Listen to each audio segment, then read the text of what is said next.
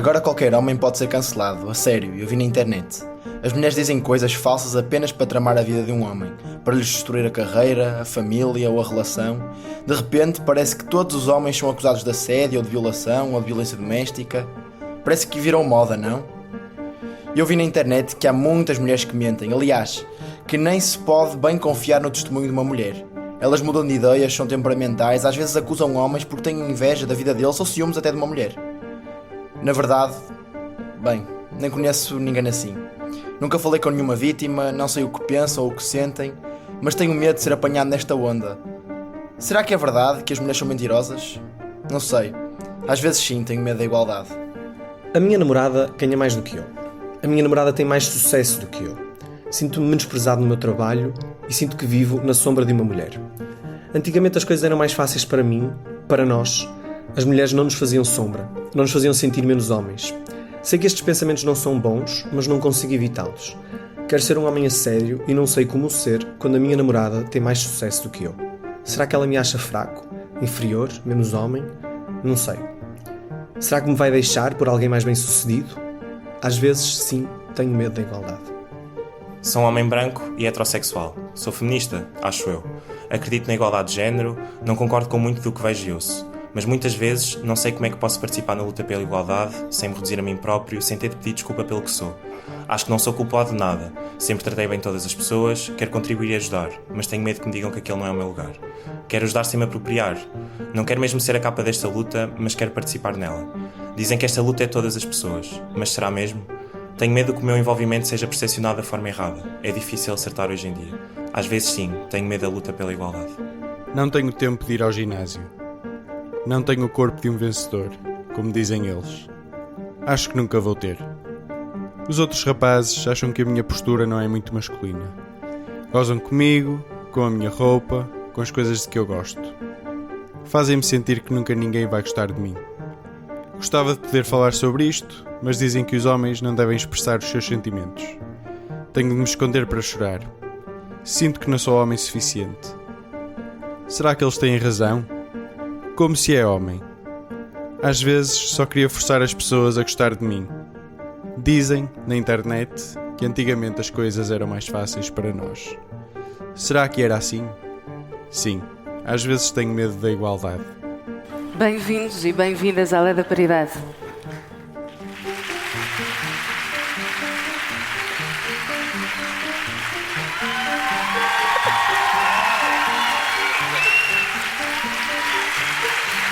Cá estamos, comigo, Maria Cristal Branco, a liberal do Tarot, com a Adriana Cardoso, a nossa centrista da Big Pharma, e com a Leonor Rosas, a esquerdista irremediável.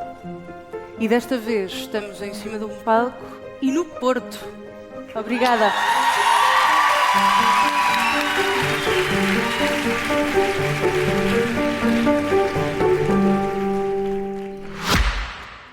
Olá, eu sou a Cátia Mateus e este é O Céu é o Limite, um podcast onde os líderes das empresas portuguesas conversam sobre o seu percurso profissional, os altos e baixos que enfrentaram ao longo do caminho, as ideias mais ousadas, mas também os erros e fracassos, sempre com uma boa dose de gargalhadas pelo caminho. Junte-se a mim nestas conversas, ouça O Céu é o Limite em expresso.pt ou na sua app de podcasts preferida e deixe-se inspirar. E desta vez, e nesta sala maravilhosa, vimos com uma questão que nos inquieta. Quem é que tem medo da igualdade? Quem é que tem medo da emancipação feminina? Quem é que tem medo do feminismo? E o que é que acham estes homens que têm a perder com o feminismo? Mas vimos também tentar explicar-vos porque é que achamos que eles têm medo da igualdade. Em semanas e semanas, que na verdade já são anos de conversas entre as três, confrontámos-nos sempre com enchentes de ódios, de insultos, de ameaças, de provocações, não só contra nós, evidentemente, mas contra todo o caminho da luta pela emancipação das mulheres. E é por isso que agora, com uma nova onda revanchista de extrema-direita, quisemos vir fazer este espetáculo mais afirmativo, tentando convosco e entre nós, no melhor dos nossos esforços, responder a esta difícil pergunta. E são três respostas simples, ou se calhar não assim tão simples, que nós trazemos para nos ajudar a desconstruir aquele discurso muito bacoco que nos quer em casa, muito caladas, muito agradecidas, umas mulheres tradicionais. Belas, com os seus... recatadas e do lar. Exatamente, com os seus bulldogs, sempre. E que acham que as nossas vozes não podem ecoar no espaço público. E por isso mesmo trouxemos 3 respostas. Claro que não cabe tudo nelas. 3 respostas pelas quais os homens ou o sistema patriarcal teme tanto a igualdade entre homens e mulheres. Em primeiro lugar, o privilégio. O medo de perder o controle sobre o mundo e ter de partilhar os espaços de destaque, de decisão, de criação com as mulheres. A masculinidade, essa construção tão frágil, tão estruturalmente frágil, mas disfarçada de dureza, de força, de direito a mandar no corpo alheio. E por fim a posse, a ideia de que os nossos corpos, mentes, vidas, sonhos são receptáculos da vontade masculina, da força masculina. E assim, através destas 3 possibilidades de respostas, nos lançamos neste nosso espetáculo. E em cada uma destas respostas, porque vocês já sabem, a lei da paridade não abre portas nas quais não traga mulheres connosco, vamos ter 3 convidadas maravilhosas para nos ajudar a responder-vos a como respondermos a estes problemas. E, na verdade, quem costuma ouvir o podcast, imagino que se calhar alguns de vocês costumam ouvir, espero eu, sabem que a Adriana adora começar frases com: como sabem, eu sou profissional de saúde. Sabem, eles sabem. E por isso mesmo, Adriana, chuta a bola para ti, para nos falares exatamente sobre o privilégio masculino na saúde, no diagnóstico, no tratamento, o privilégio do corpo masculino. É verdade. A Simone de Beauvoir, muito querida por estas minhas 2 amigas, tinha uma frase... Já vai Ela começar só gosta mal. da Thatcher, Não é? por mim. Eu sei. Não por mim. Tinha uma frase muito icónica que é: nós não nascemos mulheres, nós tornamos-nos uma. Mas em muitos aspectos, nós nascemos, sim, mulheres. Nós nascemos mulheres quando saímos do útero da nossa mãe a gritar e, em muitos aspectos, parece que nunca paramos de gritar ao longo da nossa vida. Imaginem este seguinte cenário. Vocês têm 9 anos, é a vossa primeira menstruação. Estão cheias de dores, desmaiam de dores, sangram tanto que nem sabem como conseguiram manter-se em pé. E olham para a vossa mãe, e a vossa mãe olha para vocês, e tem aquele tom na cara dela e aquela expressão de quem desejava ter explicado melhor aquilo que vocês iam sentir, que gostava de vos ter explicado o que é que isto significava e que, na verdade, nunca consegue passar a uma filha aquilo que sentem. É natural, não é? Uma mulher sofrer é perfeitamente normal, é comum. E dão entrada nas urgências. O primeiro médico diz-vos: bom, é normal sentir dores. Isso melhora quando tiverem a primeira relação sexual. E vocês relembram que têm 9 anos. Segundo médico, terceiro médico, quarto médico. Até que caem num consultório de um anjo. Uma mulher. Uma especialista em endometriose. E que vos diz que não é normal. Não é normal terem dores que os fazem desmaiar. Não é normal terem tantas dores que não conseguem levantar-se na cama. E que aquele sentimento às 4 da manhã, quando olham para o teto, o anti-inflamatório já passou, e desejam no fundo do vosso coração: quem me dera não ter nascido mulher. Não é normal. E veio o diagnóstico. É endometriose. Esta é a minha história. Mas podia não ser a minha história. É uma história feliz. Porque demorei 4 médicos. As mulheres demoram em média 7 a 8 médicos e 12 anos de diagnóstico até saberem que sofrem de endometriose. Muitas vezes têm relações sexuais nas quais têm dores recorrentemente. E o que é que ouvem? É normal sentir dor. São mulheres. Algumas meninas que aqui estão certamente sabem aquilo que eu estou a dizer. E algumas mulheres que aqui estão, talvez com os seus casais, que gostavam de ter filhos e se calhar não conseguem. E não fazem ideia porquê. E sempre vos disseram que, bom, se calhar não podem, é natural. Em 74% dos casos é culpa de endometriose, que não é diagnosticada. Portanto, sempre que me disserem que o machismo e que o patriarcado não nos faz ficar para trás, eu não tenho qualquer dúvida que, se fosse possível homens terem endometriose, que não era preciso passar por isto, não era preciso passar por esta dor constante, Não era preciso ouvir na vossa cara vezes e vezes sem conta que ter dor é normal, até alguém dizer, não, não é normal. E se há alguma coisa que eu gostava que acontecesse, e se tiver alguém a ouvir na sala que possa fazer alguma coisa em relação a isto, é que a minha filha, quando eu a tiver, se sofrer de endometriose, não tenha que ouvir que é normal. Porque ela não pode ser tratada de forma diferente perante o Estado e perante o Serviço Nacional de Saúde que o seu irmão. E espero que todas as meninas que venham a crescer neste país e neste mundo não tenham que ouvir que é normal sentir dor. Porque não é. E nunca será.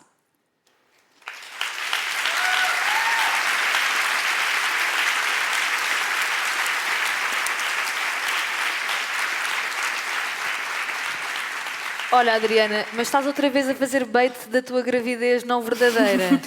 A minha família está na sala e eu não tenho nada a anunciar, por agora. TBD. Embora a Maria e a Leonor gostem muito de fazer esta graça, mas não há nada para anunciar Não, é que tu neste estás momento. sempre a falar como já... Sabes que já começaste rumores. Tu dizes, a minha filha, toda a gente fica... What? Nossa, What? inclusivamente. A minha futura filha. Exatamente, mas isso é igual. Isso é pior ainda. Estou a manifestar para o universo. Bom, Agora acreditas em manifestação? enfim, está aqui uma cruz. Em manifestações. Sim, Essa em cruz é manifestações para no me geral. Não gosto Amanhã, de heresias. Quem ouve o podcast sabe que sempre que eu tento fazer uma intervenção minimamente séria, as minhas colegas fazem o favor de me interromper. E como podem ver, num palco também é igual. Tu estás a fazer queixinhas? Sim, Uau. sim. Então vamos deixar a Adriana falar, para não sermos... Foste tu que interrompeste. Bullies? Não serem Ai. bullies? Pode ser? É que- Ok. Ela é que é esquerdista. Se foi porque eu falei mal da Simone de Beauvoir, desculpa, mas... Mas eu já te vou enfim. responder. Ok. Não tem mal. Somos amigas à mesma. Ok. Então, se não te importares, vou citar uma mulher, uma das mulheres mais maravilhosas que passaram na Assembleia da República, Natália Correia, que disse... Exatamente.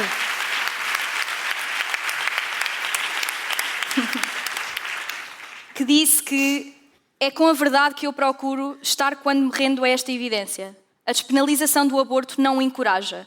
Desencoraja, sim, os malefícios do aborto ilegal.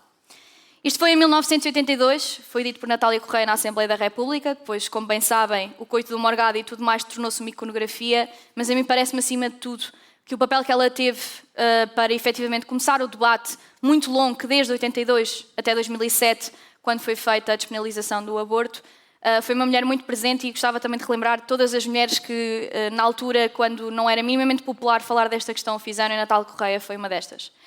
E desde 2007 que nós consideramos que, bom, o aborto é legal, as mulheres portuguesas têm acesso ao aborto e, portanto, está tudo feito, está tudo conquistado. Mas não, porque em Portugal nada é fácil, especialmente quando se é mulher. E especialmente quando se é uma mulher que vive, por exemplo, na Ilha Terceira. Imaginem-se uma mulher na Ilha Terceira, por acaso uma das zonas mais desprivilegiadas do país, uma das zonas com uma taxa de pobreza muito acima da média nacional, e de facto engravidam, seja por que razão for. E apresentam-se no único hospital que existe e pedem aquilo que é um direito que têm perante a lei, que é realizarem uma IVG. E contra a lei, e de forma ilegal, é-lhes respondido, bom, mas neste hospital não existe um único médico ou uma única médica que não seja objetor de consciência. E mandam-vos para casa. E vocês são confrontadas com duas hipóteses. Ou têm capacidade socioeconómica, que mais uma vez pode não acontecer, e então vão ou a São Miguel e rezam para não encontrar alguém que seja objetor de consciência, ou pagam uma viagem para irem ao continente e realizarem uma IVG. E acima de tudo, se não tiverem esta capacidade económica, acontece o que muitas vezes se verifica, que é mantêm o bebé que não quereriam manter, seja por que razão for, de uma forma que quebra um dos princípios mais basilares da nossa Constituição, que é o princípio da igualdade. Porque eu, uma mulher que reside em Lisboa, se me apresentar a um centro hospitalar, a probabilidade de não existir pelo menos um médico que não é objetor de consciência é muito diminuta. Eu não quero viver num país em que existem mulheres que são tratadas como cidadãos de segunda versus mulheres que são tratadas como cidadãs de primeira. Eu não quero viver num país em que o princípio mais basilar da nossa Constituição é constantemente debelado todos os dias. Eu não quero viver num país em que nós temos que cumprir a lei. Vocês têm que cumprir a lei todos os dias, mas o Estado português não tem de o fazer. Eu não quero viver num país em que ninguém tem propriamente um problema com a autoestrada do aborto mais utilizada, seja a Portugal-Europa, seja a Portugal-Espanha. E é mais utilizada porque nós temos um dos prazos mais curtos para a realização da IVG na Europa inteira e o mais curto da Europa Ocidental. E acontece que também em Portugal a contabilização do prazo para se realizar o aborto é feita de uma forma que penaliza as mulheres. Portanto, as 10 semanas que falam, se por acaso for uma mulher que fizer pílula, pode ser 7, 8 ou mesmo 6 semanas que tem para realizar o aborto. E claro que quando passa este prazo tem uma hipótese, ir à Espanha. Não preciso vos relembrar que tivemos uma maioria parlamentar de esquerda que infelizmente achou que não fazia sentido levar isto às costas e que não fazia sentido garantir que o aborto em Portugal teria sido aumentado, o prazo. E também não me parece que seja com esta maioria que temos que tal aconteça. Achas? Parece-me que não. Mas se há alguma coisa que nós podemos resolver neste momento, e mais uma vez, porque eu sei que estão representantes políticos aqui presentes nesta sala, se inclusive pedem aos nossos cidadãos para cumprirem a lei todos os dias e não entrarem em ilegalidades, por favor peçam ao Estado português para cumprir a lei e não tratar mulheres por este país fora de forma diferente, porque eu não sou mais, nem sou menos que qualquer mulher que viva neste país.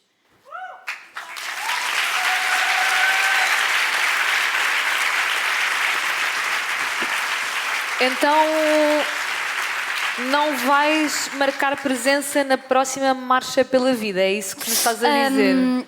Parece-me que não tenho o outfit certo, aquelas golinhas, sabes? Cheias de renda. Não faz Ou sim, muito parte. daqueles coletes tipo estranhos, Sim. daqueles tipo agrobetos. Sim. Também não sabes passar a ferro. Também não sei passar a ferro com o ferro desligado. Rita Matias. Rita Cid. Rita Cid Matias. Rita E também Cid. não acho que sou pró-vida só até sair do útero da mãe, que a partir disto Depois estão-se é a borrifar se a família tem dinheiro ou não para o manter e não acreditam até no SNS gratuito para todos os portugueses. Olha, a tua família está aí. A tua família está aqui e pode comprovar que os teus anos de convivência comigo de facto te fazem cada vez mais esquerdista.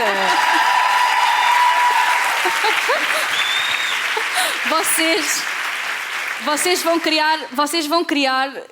vão arranjar com que a Leonor daqui a nada nos inscreva no partido dela e ninguém quer que isso vá acontecer. Mas Se vai, vocês Leonor. quiserem, Acho somos que o duas partido a dela querer. está a precisar. Sim, vejo que estão aqui pessoas do Bloco de Esquerda, não é? Estão sempre. Olha, Parabéns, são E as estão últimas. sempre meio do lado esquerdo da sala. São as últimas 5 pessoas do país. Fico feliz por vocês. Muito bem. mas olha, vocês eram muito bem-vindas no blog, especialmente a Maria, se calhar. Eu vá. acredito que a Maria fosse, sim. Mais bem-vinda do que eu até. Bom, mas por falar em estética, gostava de falar aqui de um tema que acho que é muito acho que é muito relevante e depois de falar destes dois tópicos que nos impactam tanto e no dia-a-dia, e acho que são temas políticos e de políticas públicas que acho que são muito relevantes falarmos, mas acho que é também muito importante refletirmos em conjunto sobre este tema, que é o tema da pressão estética, por várias razões. Eu vejo aqui muitas meninas novas e vejo também mulheres que vêm acompanhar meninas novas. E nós, geracionalmente, todas sofremos pressões estéticas absolutamente diferentes.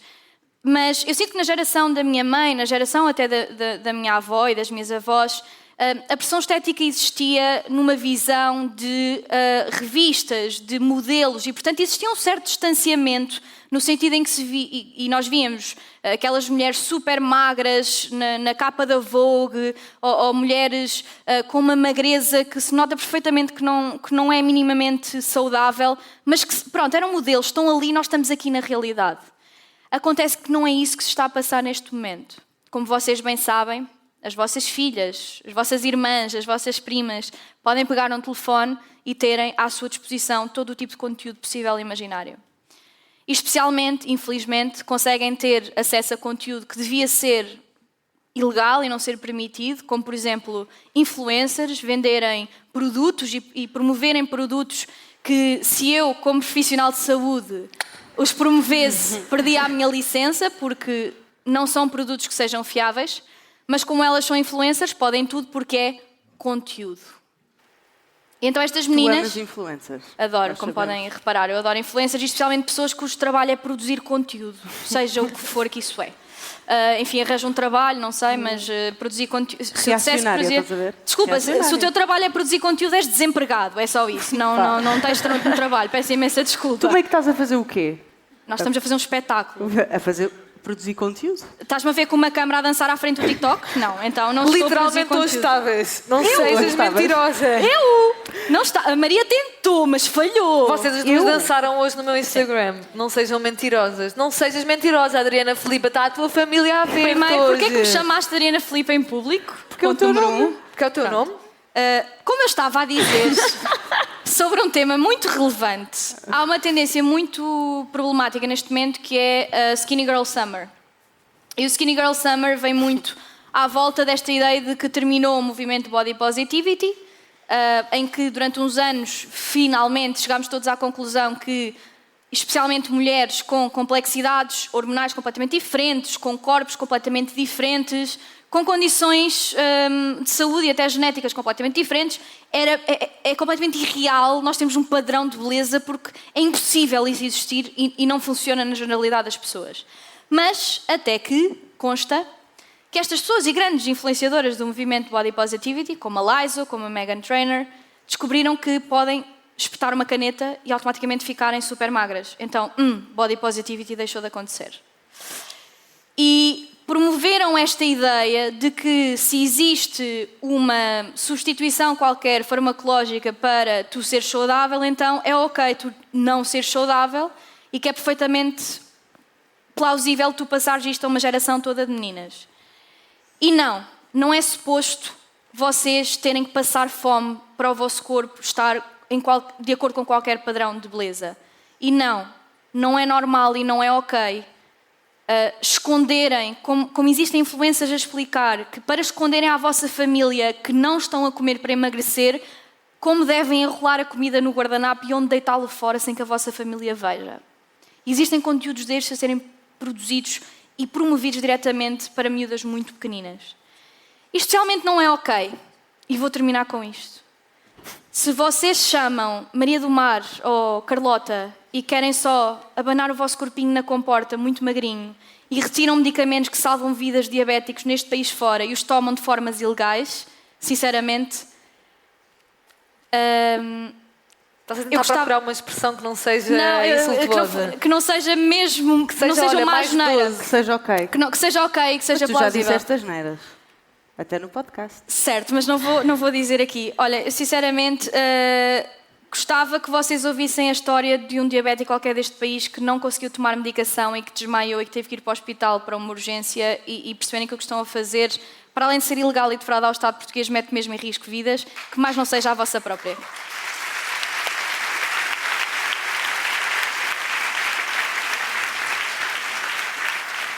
Bom, Depois desta betofobia que tu exibiste aqui em palco, eu sinto... betofobia...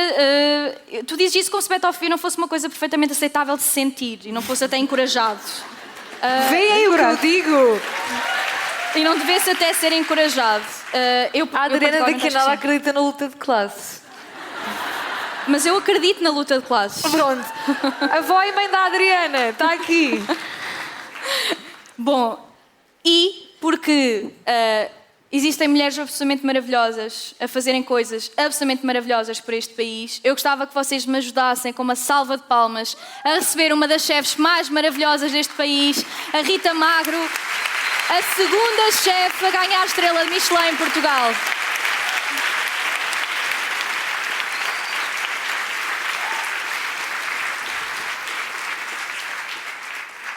Primeiro, se estão aqui no Porto e não foram ainda ao restaurante da Rita, o que é que vocês andam a fazer à vossa vida? Porque eu gostava de viver no Porto só para poder ir mais vezes ao restaurante da Rita. a Adriana disse que gostava de viver no Porto. Não. Então, Rita, como eu disse há pouco, tu foste uma das primeiras mulheres a receber uma estrela Michelin em Portugal e todos nós sabemos que a gastronomia e a nossa cultura gastronómica se deve muito a mulheres e que foi passada de geração em geração por mulheres. E nisto queria fazer um shout-out à minha bisavó por me ter ensinado a cozer broa de milho, porque é uma das lembranças que vou passar para o resto da minha vida. E como a minha relação com a minha família foi sempre feita de nós passarmos receitas de geração em geração, como é que é possível que no ponto mais alto da gastronomia existam tão poucas mulheres estreladas? Porquê é que o topo da gastronomia tem tão poucas mulheres a representá-las?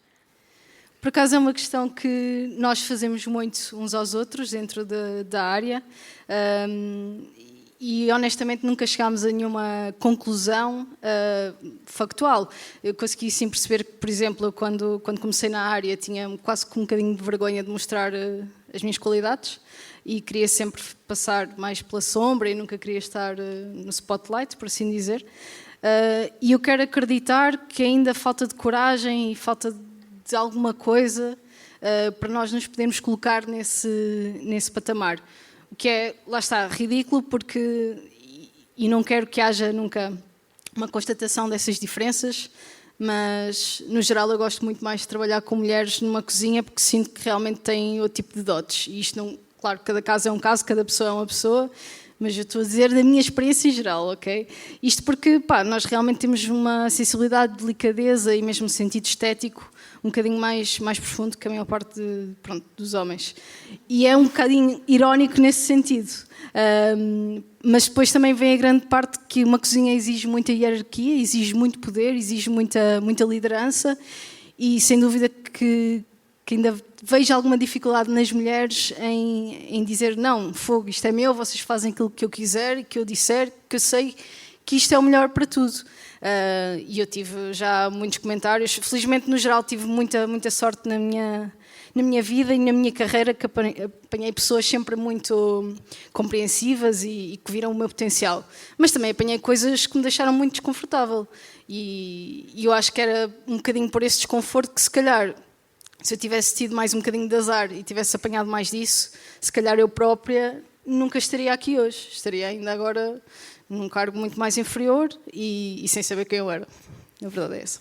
E, na verdade, nós não podemos deixar à sorte que calhe uma hierarquia positiva para que as mulheres possam subir, não é? Chega a um ponto que não chega a ficar só à espera de que sorte aconteça. Não, claro que não. Acho que nós temos todas as capacidades do mundo para estar nesses cargos e para estar em grandes palcos. E por isso é só... E acho que, neste sentido, também, a minha geração tem muito mais coragem, espero eu, para fazer esse caminho e ir à luta e dizer não, eu quero isto, eu sou capaz disto, portanto eu vou atrás daquilo que eu tenho direito. E é isso. Eu sempre que posso dou uma palavra de coragem às gerações mais jovens que vêm atrás de mim também e mesmo as que trabalham comigo e eu pessoalmente tenho todo o prazer em partilhar portanto, o protagonismo e as coisas boas. Mas eu trabalhei com chefes que, claro que não, eu é que sou a estrela e mesmo que se calhar eles até já não tivessem um papel tão presente na cozinha, eles é que levavam, por assim dizer, os louros todos. Apareciam para as entrevistas? Exatamente, para as partes mais bonitas e engraçadas e para assinar e para dizer, sim senhora, obrigada. E lá está, quando fomos a ver, se calhar tem muito pouco mérito na realidade. E eu sou... precisamente o contrário, digo sempre, ok, sim senhor, até posso ser a cara do projeto, mas eu não conseguiria nunca fazer isto tudo sozinha e quem está ao meu lado e ao meu redor contribui muito para isto, seja de que pessoa for. Isso é muito incrível. Muito bem. É o mínimo, no fundo, é o mínimo. Bom, Rita, não te podíamos deixar brilhar assim, sem te fazer uma macacada agora. Vamos lá. Então, maldade mesmo. Mas maldade. Mesmo maldade. E então é o seguinte... Não queria estar nos teus sapatos agora. Não queria mesmo. Eu preparei-te um preferias especial. E o preferias especial, se puderes olhar para trás... Infelizmente ou felizmente para vocês, hoje a projeção não está ótima, mas se calhar neste caso até é felizmente. Não, neste caso é mesmo felizmente, não são traumatizados. Eu vou narrar. Como tu bem sabes, ou se calhar não por teres uma vida... A Rita Cide Matias casou-se com o Hélio Filipe. E tem uma cadelinha. E a Rita Cide Matias, portanto, que fez festa de... Como é que se chama? A despedida de solteiro. Despedida de solteiro. Fez uma despedida de solteiro. No Algarve. No Algarve. O Hélio Filipe foi a um bar de alterno. Com uma camisola, com um deepfake dela a dizer isto não é o Bangladesh. Que homem! Que homem! Já ouviste essa música? Essa música Que fala homem, sobre coisas da Rita Matias. E então, a primeira parte deste preferias é o seguinte. Tu ias para uma ilha deserta com a Rita Cid Matias. E tens que dizer Cid mesmo. Cid? Pronto. Ela não gosta. Ela não gosta. Rita Cid Matias. E ias celebrar a sua despedida de solteira sozinha na ilha deserta com ela durante uma semana. E tu tinhas que estar com ela todos os segundos dessa semana. Todos. Tinhas que ouvir todas as opiniões dela. Tinhas que a ver a passar a ferro sem o ferro estar ligado à parede. Tinhas que a ver a fazer TikToks com frangedores. Tinhas que vê-la a fazer tudo isso. Ou teres um jantar à luz das velas com Maria Vieira, a.k.a. Parrachita, ex-ícone cinematográfica das novelas portuguesas, e agora pessoa que desmancha frangos nos TikToks do Chega. E eu é que iria escolher o restaurante. Ou seja, ia ser a Olivier para tu cumprires a tua... Olha, viste? Viste? As nossas ouvintes sabem que tu não cumpres promessas, mentirosa. É que é assim, esta senhora achou que quem ia ganhar a primeira volta das presidenciais era Luís Marques Mendes. Ficou muito próximo, na verdade, como nós sabemos. Se ela perdesse, tinha que ir jantar ao Olivier. Eu acho que não consigo pôr em palavras o quanto eu odeio o Olivier. Eu acho que as pessoas sabem. Tu consegues Adriana. até pôr bastante bem em palavras. Eu não posso pôr em palavras, mas ficamos assim. Mas vamos fingir... Então, olha, iam jantar as duas. Então, a Rita não porá em palavras, mas o jantar seria então no Olivier. Mas no mais confrangedor dele. Todo. Aquele que ele tem um prato que chama-se codfish à costa. Oh my God.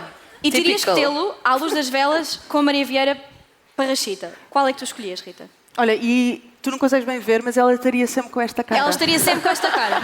Com este outfit e tudo. O jantar todo. Tenho uma questão, primeiro que tudo. Nessa ilha, iria ter, por exemplo, uma faca? Não. Mas no jantar, sim. Não terias. Para cozinhar, claro. Para cozinhar, o que é que vocês estavam a obviamente. pensar? Queres Obviamente. cozinhar uma coisa romântica à Rita Matias? Assim, no máximo, se eu não aguentasse, lá está. Usaria a faca para terminar a minha vida, que mais valia, não é? Mais valia. Então escolherias a ilha deserta com a Rita Se Matias? tivesse a faca... Não, sem faca. Isso é uma escolha impossível. Mas eu vou Mas ser muito terias sincera. facas no jantar com a Com a Parrachita? Maria Vieira. Pois é isso. Pá, só que a probabilidade de me socorrerem era maior. Sim, não Ou irias seja, morrer, no fundo. Se podia acontecer, não consegui morrer. Ou seja, muito complicado. Porque eu sou totalmente contra estar em sítios com pessoas que eu não gosto ou que não concordo minimamente com elas. Por isso... Portanto, foi um bom preferias, como deves imaginar. Foi preferias impossível. Preferia morrer. Não é fácil.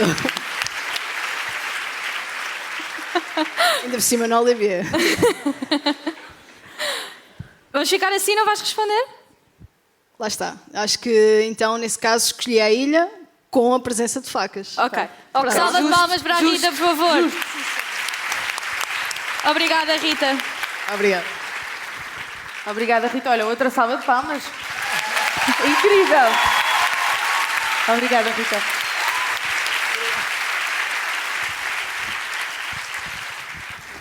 Uf. Pá, tenso.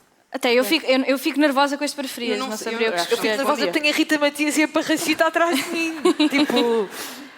Bom, Yikes. como queremos trocar de slide rapidamente, não é? Não sei se isto é melhor, mas pronto.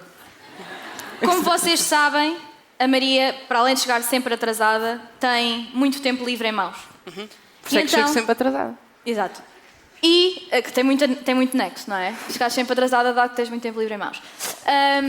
E então, a Maria, tem uma fixação com sítios onde homens na internet vão falar e ela vai lá de forma, como se fosse uma antropóloga, no fundo, como a Leonor, e vai lá espreitar o que é que eles estão a fazer. Obrigada por contextualizares isso tão bem, porque senão parecia estranho. Tu hoje de facto disseste que o Reddit era o amor da tua vida.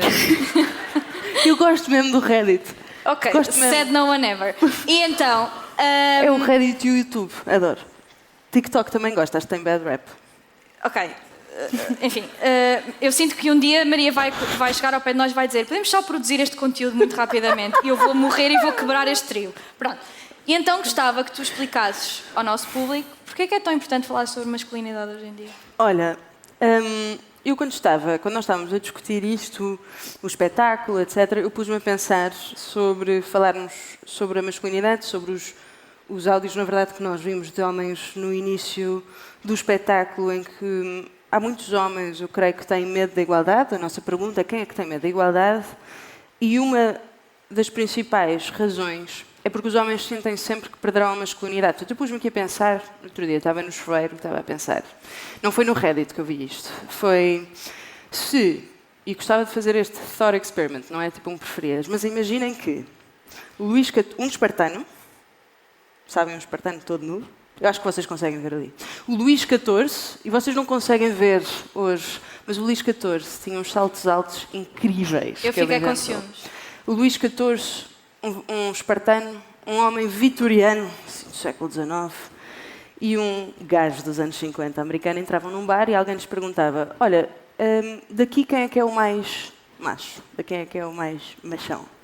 E eu acho que eles iam ter respostas muito diferentes. Eu acho que o espartano ia começar a dizer: olhem, eu claramente sou o mais macho, eu treino desde os 7 anos, estou mesmo no ginásio desde os 7 anos. Como tu, no fundo. Estou no ginásio.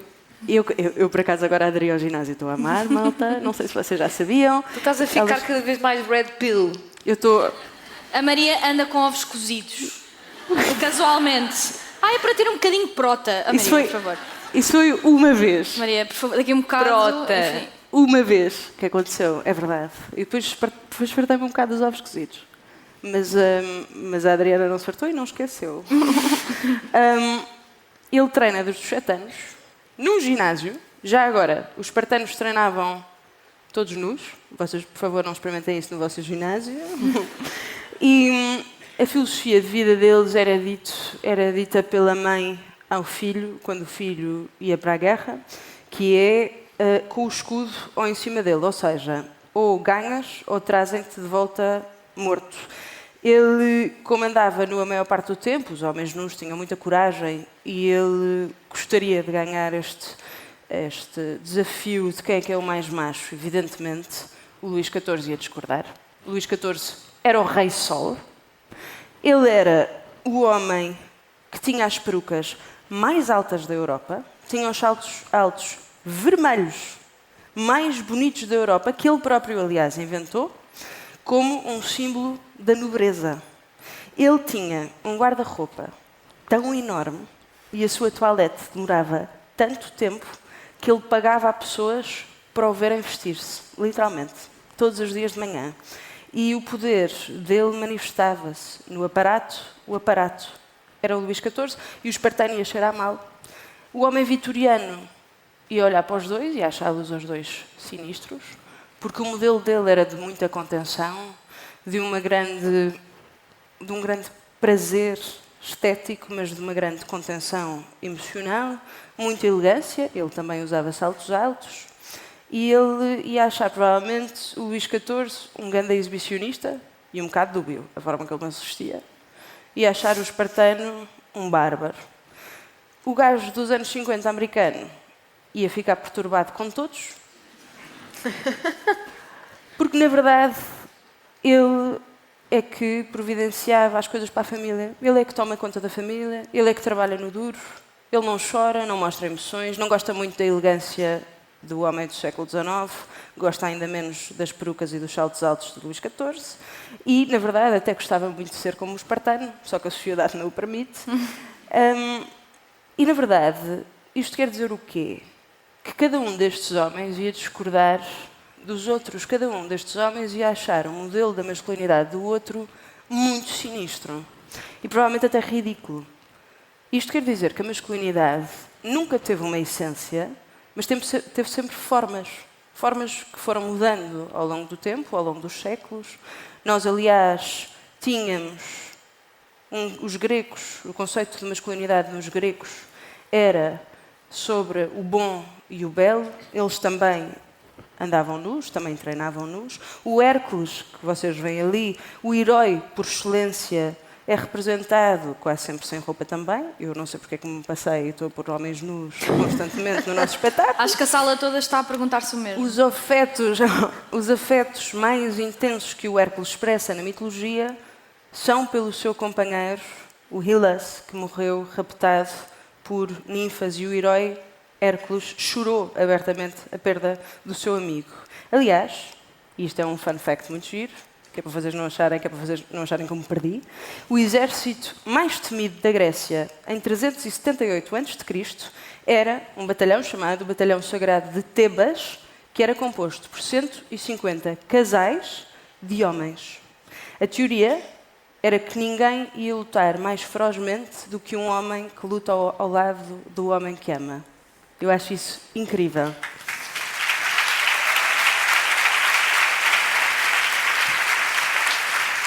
Se avançarmos alguns séculos, nós vamos ver o modelo masculino da época medieval, que eu adoro. Se vocês ouvem o podcast sabem que eu adoro. Eles estão-me sempre a fazer bullying porque eu gosto muito da época medieval e não gosto muito da época das luzes, do iluminismo. E os homens medievais, os cavaleiros medievais, o modelo da masculinidade, podiam e deviam chorar. Quanto mais chorassem, quanto mais demonstrassem as suas emoções, mais nobres eram. Aliás, há um cantar muito conhecido, o Cantar de Roland, escrito no século XI, em que 20.000 cavaleiros caem desmaiados ao verem o corpo do seu herói morto. Em Portugal escreviam-se cantigas que vocês devem conhecer, porque nós estudámos na escola, acho eu, que eram as cantigas de amigas, cantigas de amor, que na verdade são cantigas escritas em voz feminina, escritas por homens, mas como se fossem as amadas que esperam os seus amados, têm muitas saudades, seja porque eles partiram, seja porque eles já não as querem. Aliás, o nosso rei, o fundador, aliás, da Universidade de Coimbra, o Dom Dinis, ele assinava tratados de manhã e à noite escrevia das canções, das cantigas mais bonitas que nós temos. Escrevia sobre esperar o seu amado numa praia e ninguém achava esquisito. E depois há os pais fundadores dos Estados Unidos, que nós vemos ali, que continuam a aparecer nos discursos políticos americanos como os grandes modelos da masculinidade americana. E em 1776, o John Adams e o Benjamin Franklin partilharam uma cama numa hospedaria em New Brunswick, porque era comum os homens partilharem camas, já agora. E é muito engraçado. Mas é isso. É que a discussão deles era sobre isso. O John Adams escreve no seu diário que eles passaram a maior parte da noite, e eu, quando estava a ler isto, lembrei-me de nós, porque eu acho que nós faríamos a mesma coisa, passaram a maior parte da noite a discutir se a janela do quarto deles devia estar aberta ou se devia estar fechada. O Benjamin Franklin dizia que ia ter imensas constipações e que o John Adams tinha mesmo que fechar a janela. Ele ia ser tipo a Leonor. Exatamente, estava a pensar nisso. Era bué tu. O John Adams achava que se ia constipar de qualquer maneira, portanto eles acabaram de dormir com a janela aberta. Desculpa, Leonor. Olha como também ninguém na mesma cama. E também ninguém... Meu Deus. A Adriana fez shotgun para a cama sozinha. Sim. Eles acabaram a dormir com a janela aberta. Eu não quero isso, já agora também. Eu não vou ser chata. Mas também ninguém achava estranho. Os homens, no século XIX, aliás, há cartas muito bonitas, escritas, quase românticas, escritas de amigos, entre amigos, de homens para homens, e também ninguém achava estranho. E estes modelos antigos que eu falei tinham todos uma coisa em comum, que é uma certa latitude emocional, espaço para as emoções. Então eu pergunto, o que aconteceu? Porque os homens hoje em dia não podem chorar. E em parte foi por causa de uma campanha publicitária da Marlboro em 1954, porque eles tinham um problema, o capitalismo, na verdade. Eles tinham um problema, que era, eles lançaram os cigarros em 1920, e eram um produto tipicamente associado às mulheres, porque tinham a parte do cigarro onde tu pões a boca, era encarnada, vermelha, desculpa, era vermelha. Encarnada no Porto, meu Deus.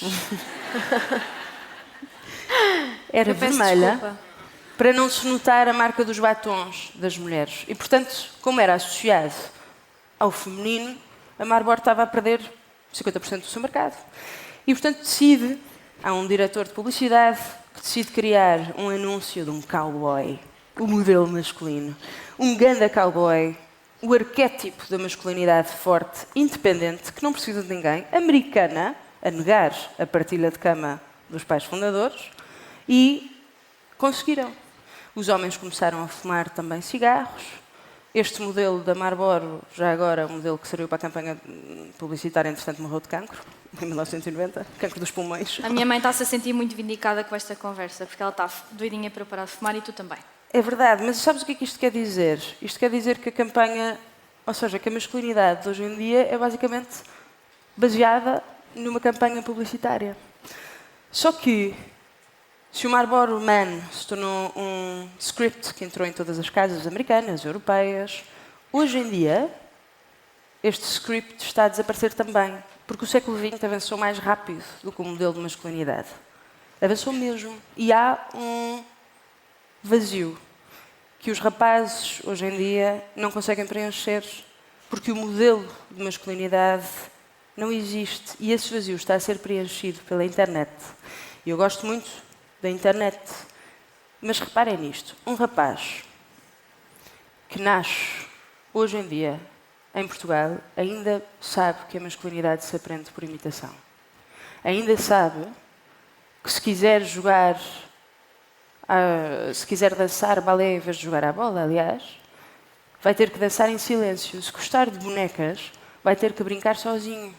Porque o pai, provavelmente, não o vai deixar. E porque os rapazes à volta dele vão servir de árbitros e vão dizer que se ele gosta muito de dançar balé, então ele parece mais com uma menina do que com um menino. É mais delas do que deles. Se a masculinidade se aprende por imitação, também se perde. E se, a par da perda possível da masculinidade, existe um vazio do modelo ao qual o feminismo também não está a responder, isso quer dizer que na internet vão aparecer pessoas tipo o Andrew Tate, que eu acho que vocês deverão conhecer, que está, inclusivamente, em tribunal em vários países por estar a traficar pessoas e por violação.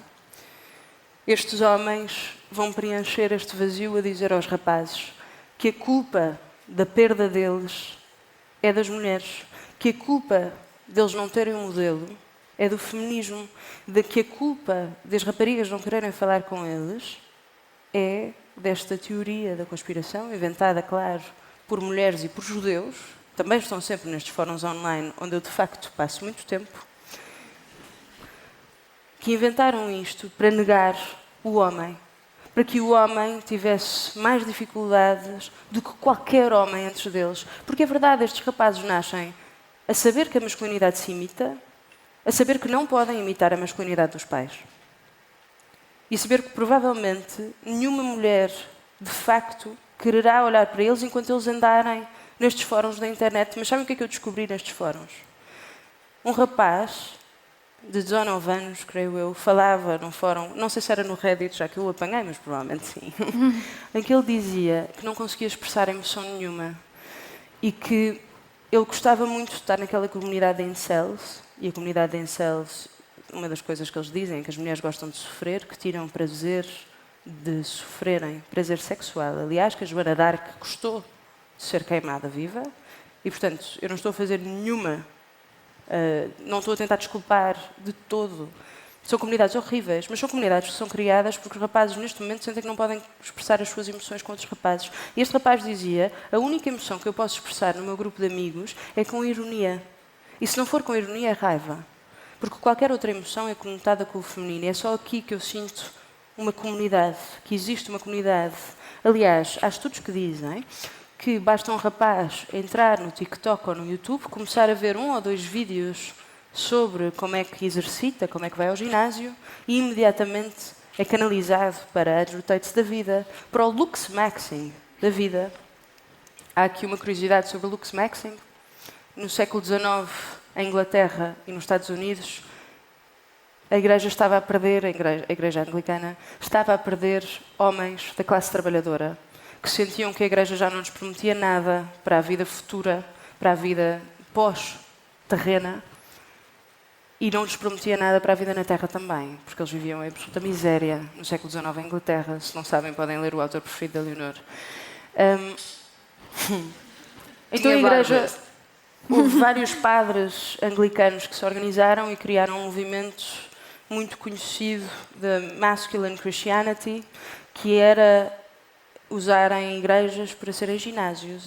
Várias igrejas por Inglaterra e pelos Estados Unidos fora tinham ginásios lá em baixo e desligavam-se do asceticismo, que é tu encontrares Deus através de uma subida da tua alma, e começam a querer encontrar Deus e a dizer que encontras Deus através do culto do corpo. Portanto, a aproximarem-se desta ideia grega de que eu falava. Isto funcionou. Tiveste, inclusivamente, um presidente norte-americano que era deste culto do Masculine Christianity. E, portanto, esta ideia do Lux Maxing, que se vocês não sabem o que é, o seu rosto tem um rosto, que é o clavicular, que começou a ficar muito conhecido, mais mainstream, conhecido porque diz que em adolescente, e ainda hoje, ele batia na sua cara com martelos, para conseguir ficar mais bonito, para conseguir ser aceito na sociedade. Esta teoria do Lux Maxing diz que os homens são valorizados de acordo com a sua aparência física. E havendo mulheres aqui, e isto é engraçado no clavicular, nós não estamos familiarizadas com este conceito, com esta teoria. Porque não é estranho, se é estranho nós imaginarmos um rapaz a bater na própria cara com martelos, a consumir anfetaminas e metanfetaminas para ficar mais magro, a injetar-se com testosterona durante a puberdade, ao ponto de perder testosterona própria, ao ponto de ficar infértil, que é o caso do clavicular e é o caso de muitos outros rapazes que o seguem. Se nós achamos que isto é bizarro, é muito menos bizarro nós ouvirmos que uma rapariga dorme de corsete e dorme enrolada em plástico para conseguir ter a figura da silhueta. É muito menos bizarro nós ouvirmos o que a Adriana descrevia sobre raparigas a injetarem-se com canetas para conseguirem ficar magras. É muito menos bizarro quando nós ouvimos que a anorexia, nos anos 90, era uma das doenças que mais matava. Mas só matava raparigas.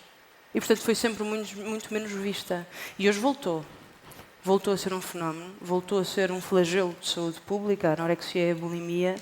Mas é muito mais estranho nós ouvirmos um rapaz a falar disto do que uma rapariga. Porque o clavicular, de facto, é o único rapaz, o único homem, pelo menos que eu saiba, que diz, não, o meu corpo é que determina o meu valor e por isso eu vou magoar-me, vou modificar o meu corpo para conseguir ter mais valor na sociedade. E o mais estranho é que a teoria dele parece estar certa, ou pelo menos comprova-lhe alguma coisa, às vezes todas que ele aparece na televisão, às vezes todas que ele aparece no TikTok, às vezes todas que ele aparece no YouTube, e que nós consumimos, porque se fosse um rapaz muito, muito feio a dizer as coisas que ele diz, que são inacreditáveis, sobre mulheres, nós achávamos que ele era só um creep.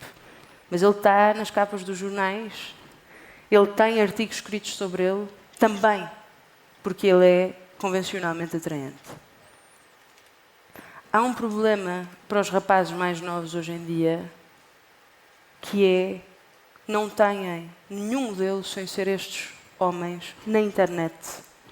Existe inclusivamente uma teoria dentro do Lux Maxing e da manosfera, que nós já falámos inclusivamente a propósito de um documentário que está muito bem feito.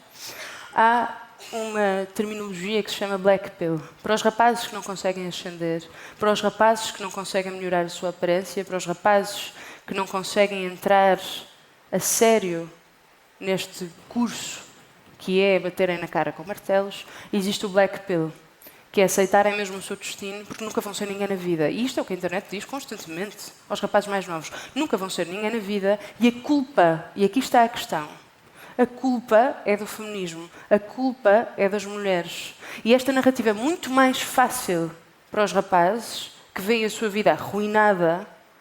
É muito mais fácil aceitar esta narrativa do que tentar inventar eles próprios um modelo de masculinidade que não os atormente.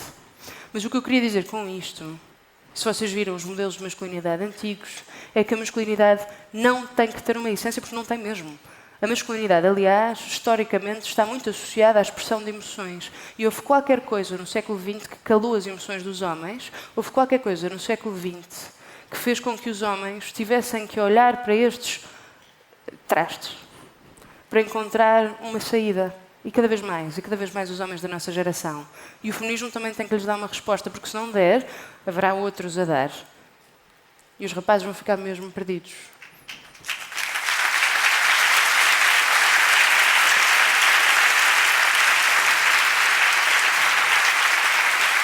E agora eu peço, Alta, uma grande salva de palmas a uma mulher que está muito habituada a viver nestes meios masculinos, que é a incrível Sofia Oliveira.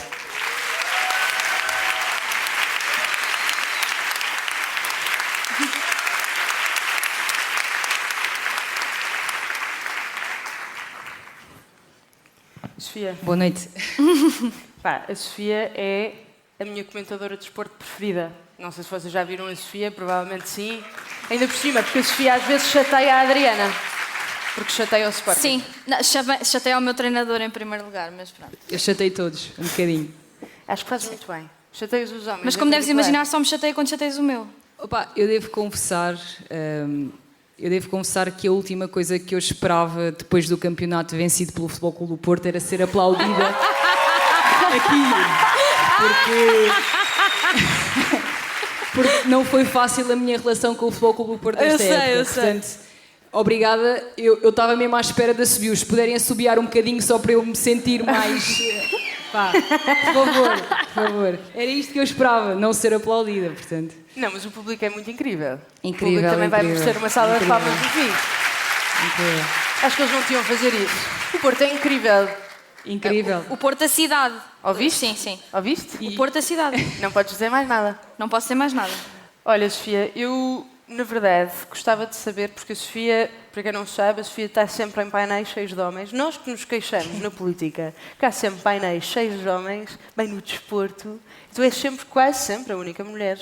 E eu gostava de perguntar como é que é essa experiência. Ou seja, tu sentes que és tratada de forma diferente por seres mulher e por seres mulher num mundo tipicamente masculino, e aliás, quase exclusivamente masculino, sentes que te foi negada, de certa forma, a porta, ou sentes que és tratada como se fosses one of the guys neste One of the meio? boys. One of the boys.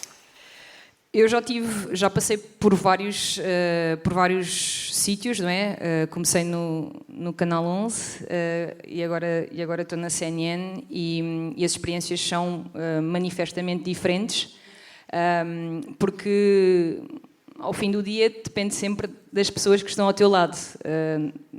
Para mim, até agora, e eu falo por mim, importa sempre como é que as pessoas olham para ti, seja homem, seja mulher, aquelas pessoas como te tratam, como te validam, como afastam o paternalismo, como, sei lá, te tratam, como estava a dizer a Adriana, como mais uma pessoa normal. Não tem essa coisa nem de te tratar nas palminhas por seres mulher e com medo de melindrar, porque eu genuinamente também não gosto disso, nem de tratar com o paternalismo excessivo de ela é mulher, sabe lá o que é que ela está a dizer. Ou até já me aconteceu, por exemplo, em relação à idade, porque eu, comparativamente com algumas pessoas com as quais fui trabalhando, sou mais nova e portanto, também existia esse preconceito. E as experiências foram diferentes, eu acho que se nota no ar e acho que se notava. Eu tenho muito maior compatibilidade com as pessoas com as quais trabalho atualmente, e é isso, e senti-me super acolhida no local onde estou hoje. Confesso que também, devido a experiências passadas, estava com algum receio, mas felizmente hoje em dia as coisas são super tranquilas. Eles até... Eu tenho alguma sorte, porque como eles sabem que eu sou um bocado obcecada com os jogos e com o meu trabalho e com o facto de querer ver tudo e mais alguma coisa e mesmo assim continuar a dizer muita merda. Desculpa. Estás no Porto, é ok. Exato. Não, mas desculpem pela merda que eu digo. Não, mas... ou seja, eles continuam... Por saberem que eu sou um bocado geek, eles até gostam de me perguntar se o que é que eu acho e se eu conheço aquele jogador ou aquela equipa ou se já vi. Ou seja, até me sinto super bem ali. Por acaso é mesmo uma malta incrível. A maior parte das pessoas que partilham painel comigo. Adorei a maior parte. Eu fiquei com a maior parte. Sim, eu acho que há coisas que se notam, não é preciso dizer. Mas tu não sentes online? Ou seja, eu acho que se nós falamos de política e estamos sempre a falar, às vezes, do estranho que é tu receber as pessoas a dizer mulheres a falar de política não, please, só quero ouvir homens, futebol ainda mais. Aliás, eu própria quando estou a ouvir, se estiver na rádio e estiver a ouvir um jogo e por acaso ouvir a tua voz, que acontece algumas vezes, fico tipo, que incrível, porque é mesmo muito raro e acho que só notas o quão raro é quando ouves, quando de facto te paras com isso. Tu não sentes isso? Não sentes que online... Tipo, não sentes que és incrível? Essa é a pergunta. Não, mas por acaso é mesmo. Eu acho que a Sofia tem aberto imenso o caminho para mais mulheres Não, entrarem no mundo completamente. do desporto. Eu que não ligo nenhuma a futebol, nunca me passou. We know. Comecei há pouco tempo a reparar e fiquei tipo, de facto eu nunca tinha ouvido mulheres a falar nestes Epá, eu painéis acho incrível. do gajo do Benfica, o gajo do Sporting, o gajo do Porto e aquele mimo Isto é daquele senhor. a definição da Leonor de futebol, é um gajo do Benfica, um gajo do Sporting, um gajo do Porto. Vocês sabem qual é aquele Essa mimo definição do... não. É. Opa, olha, é assim. Eu lembro-me de um episódio que posso comentar aqui, na altura quando falaram comigo para eu começar a comentar na TSF, e acho que não tenho. Acho que o orgulho de trabalhar na TSF não é igual a nenhum orgulho de nenhum sítio onde eu já tenha trabalhado, porque a rádio tem qualquer coisa de especial que é. Ninguém está ali para te ver, nem para olhar para a tua roupa, nem para... Estão ali porque querem saber o que é que tu estás a dizer. E isso é uma coisa difícil de explicar. Então, para mim, fazer rádio é mesmo a coisa mais bonita que eu tenho feito até aqui. Eu lembro-me de estar a poucos minutos de fazer o meu primeiro jogo na rádio, e foi com o António Botelho a narrar, e ele disse-me assim, eu não sabia, e ele disse-me assim, olha, sabes que vais ser tipo a primeira mulher... vais ser a primeira mulher a comentar um jogo da TSF na rádio. E eu, Uau! Incrível! Eu assim, não. Não foi por isto que eu estava a dizer. Eu sei, mas... Não foi por isto que eu estava a dizer. Eu estava a dizer, e queria concluir a história porque eu pensei assim, foda-se, ganda timing para me estás a dizer isso. Eu estava nervosíssima, estava mesmo nervosa. E estava mesmo, eu suava das mãos, eu não sabia, juro. E ele diz-me assim, olha, sabes não sei o quê? E eu, juro, ok, está bem. Pá, e aquilo foi um marco, mas eu costumo dizer isto. Uma das coisas mais importantes para trabalhar em desporto, em futebol em Portugal, é tu gostares mesmo de futebol mais do que do teu clube. Porque isso é muito raro.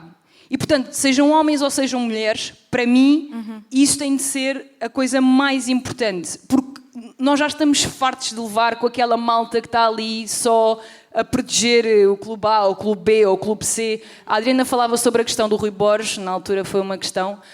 Eu sou do Sporting, nunca escondi isso e nem acho que seja interessante esconder. Mas... Olha, sportinguistas! Sportinguistas no Porto. Sabes que metade das palmas foi da minha família. Há benfiquistas? Há benfiquistas aqui? Pronto. Desculpem. Há portistas? Ela não quer assim tanto. Ela disse assim no Porto, há portistas. Era só para não excluir, de repente, não é? Maria, sabes onde é que o Benfica não está? Na Liga Europa. Tem que ir aos playoffs. Queres falar do Torrense? Está bem, desculpa, pronto. Enfim, desculpa. Esquece que é perto da final da Eu estou Taça de Portugal completamente com o tipo só. Torrense. Não segura o pano. Go girls! Perde todas as batalhas. Esquece. Não, mas porque efetivamente, eu acho que o pessoal...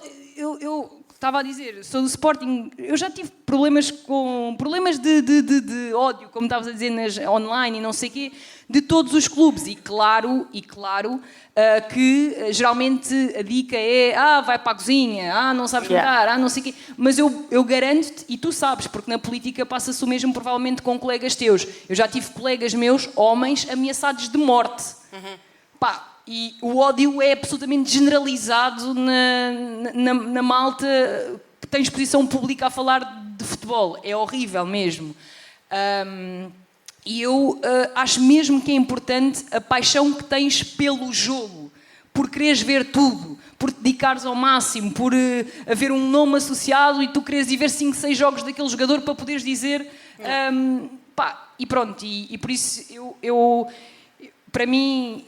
O ódio e essa parte toda, que já me pesou muito, não vou negar, porque é difícil, é muito difícil. Tu vais ganhando forma de ficares calejada com isso, e hoje em dia eu utilizo para fazer piadas ou coisas assim. Foi a forma que eu consegui, sei lá, lidar melhor com a situação. E por isso é que eu hoje quase que tive para trazer uma camisola do Zaidu, porque ele, quando estava a festejar o título do Futebol Clube do Porto, perguntou onde é que ele estava. E eu acho que, pá, eu sinceramente... Agora estás no Porto. Pá, não, mas sinceramente, tipo, para mim, aquilo não foi mesmo uma coisa que eu tenha levado, tipo, a mal, estás a ver? Eu tentei brincar com aquilo e tentei fazer daquilo uma coisa boa, porque eu nem acho que ele tenha feito aquilo por mal. Não acho que ele tenha feito aquilo para me jogar ódio para cima. Não fiquei com essa sensação. É uma picardia boa. Tu percebes o que é que são as picardias boas e percebes o que é que se cede depois disso. E claro que na internet há dias em que... Pá, há dias, se estiveres mais fragilizada por qualquer coisa, porque, sei lá, estás com o período, como se costuma dizer muitas vezes, é verdade. Ela estava irritada na televisão porque estava com o período. Não, malta. Olha, eu... Isso irrita-me de sobremaneira mesmo. É porque estás com o período? Por acaso estou. Por acaso estou mesmo. Olha, e eu odeio quando as pessoas dizem estou com a história. Não, porra, estás com o período. Tipo, estás com a história. Estou com a história Com a história? Tu dizes. Eu nunca disse isso na vida. Eu nunca disse isso na vida. Não, tu podes-me acusar de muita coisa, mas dizer isso eu não. Olha... Essa vergonha eu não dou aos meus pais. Eu preciso de pregar uma partida também agora à Sofia, portanto eu vou pedir à Adriana para... imagina, agora saltava daí e tu a dizeres que ele estava a cena boa e tal, por isso é que estavas a dizer isso. Mas se calhar ias preferir, relativamente ao que a Maria te vai fazer. Aliás, é que nos vai fazer a todas. Vai fazer a todas, vocês também vão ter que responder. Ok. Tens que passar os coisinhos. Queres ficar com eles todos? Tens que partilhar, então. Espera aí. Ok, obrigada, amiga. E então? Então é assim. Isto é o Eu Nunca, não sei se já jogaste. Sim, Never sim. Have I Ever. Já? Sim, sim. Então é assim. Este aqui é o verde, este aqui é o vermelho. Sofia? Já viste que o vermelho é negativo? Aí é por acaso. Foi por isso que tu pediste estas Sabes qual é a cores? cor do positivo? Olha, Adriana, é assim. Eu não vou responder a pergunta. Tu riam-se. Eu achei que isto era uma piada sobre o vermelho ser uma cor de esquerda e de repente estava mesmo confusa.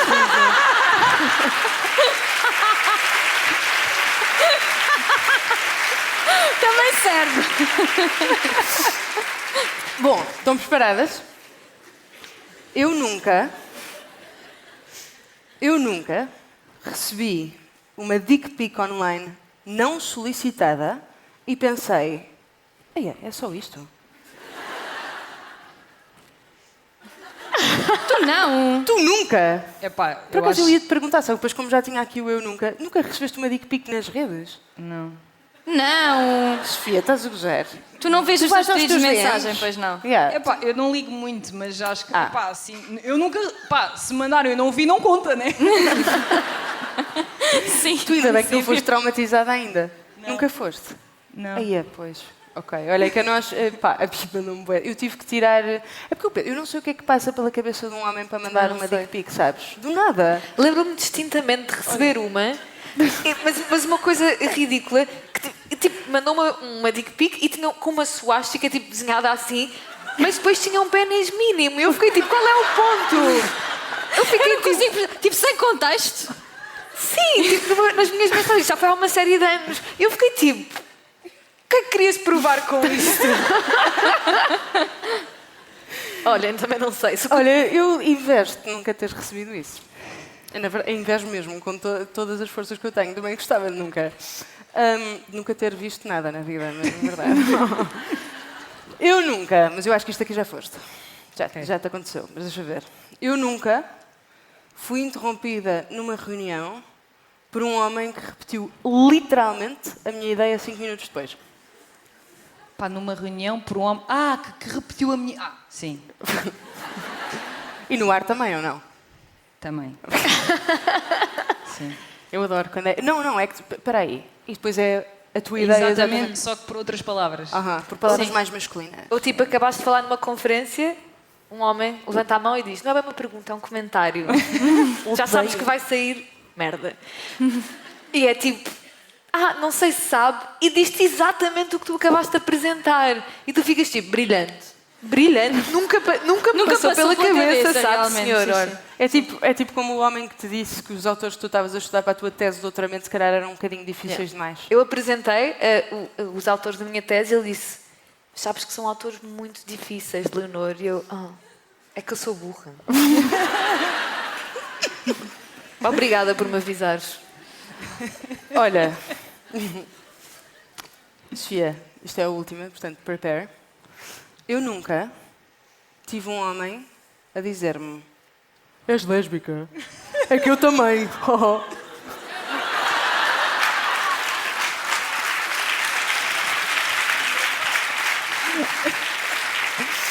Eu adoro quando eles dizem isto. Apetece-me sempre dizer, tipo, então acreditas que se pode mudar de género?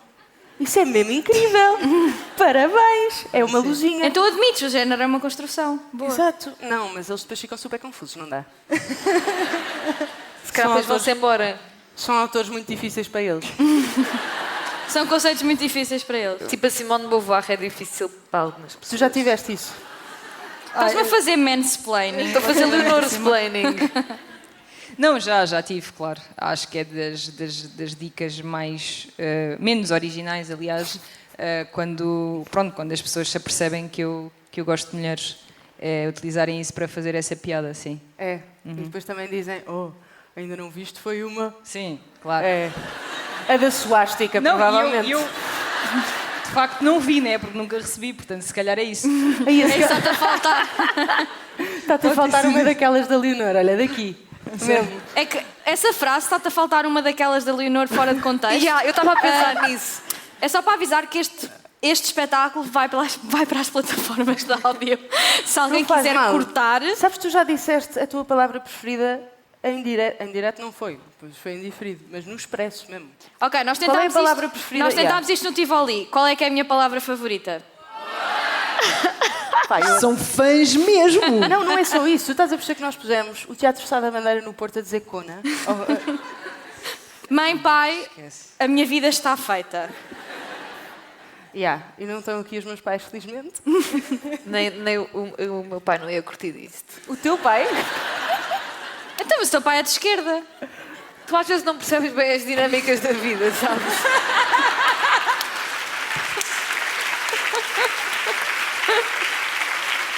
Uma salva de palmas para a Sofia. Obrigada, Sofia. Viva o Porto! Incrível. Bom, e como falámos muito de esquerda aqui, a nossa esquerdista irremediável vai-nos falar sobre posse.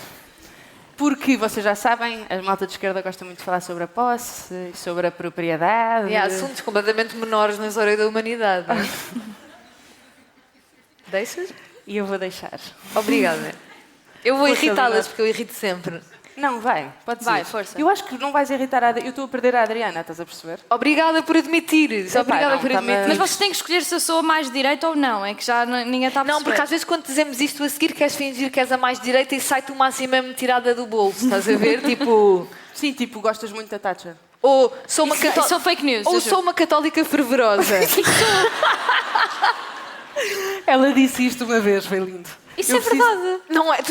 Ser uma católica fervorosa não combina com qual é a minha palavra favorita, cona, numa sala de espetáculo. Não estou a perceber o teu ponto. Olha, ficas a saber que quem me ensinou a minha palavra favorita foi a minha bisavó de 92 anos que aqui está presente e que diz ótimo. cona com regularidade. Grande Mas bisavó. força, Leonor. Eu não tenho nada contra cona, apesar de ser... Pronto. Tu tens... Pois. Hetero. Eu tenho contra o falo. Não adoro. Especialmente Então eu... não me mandem.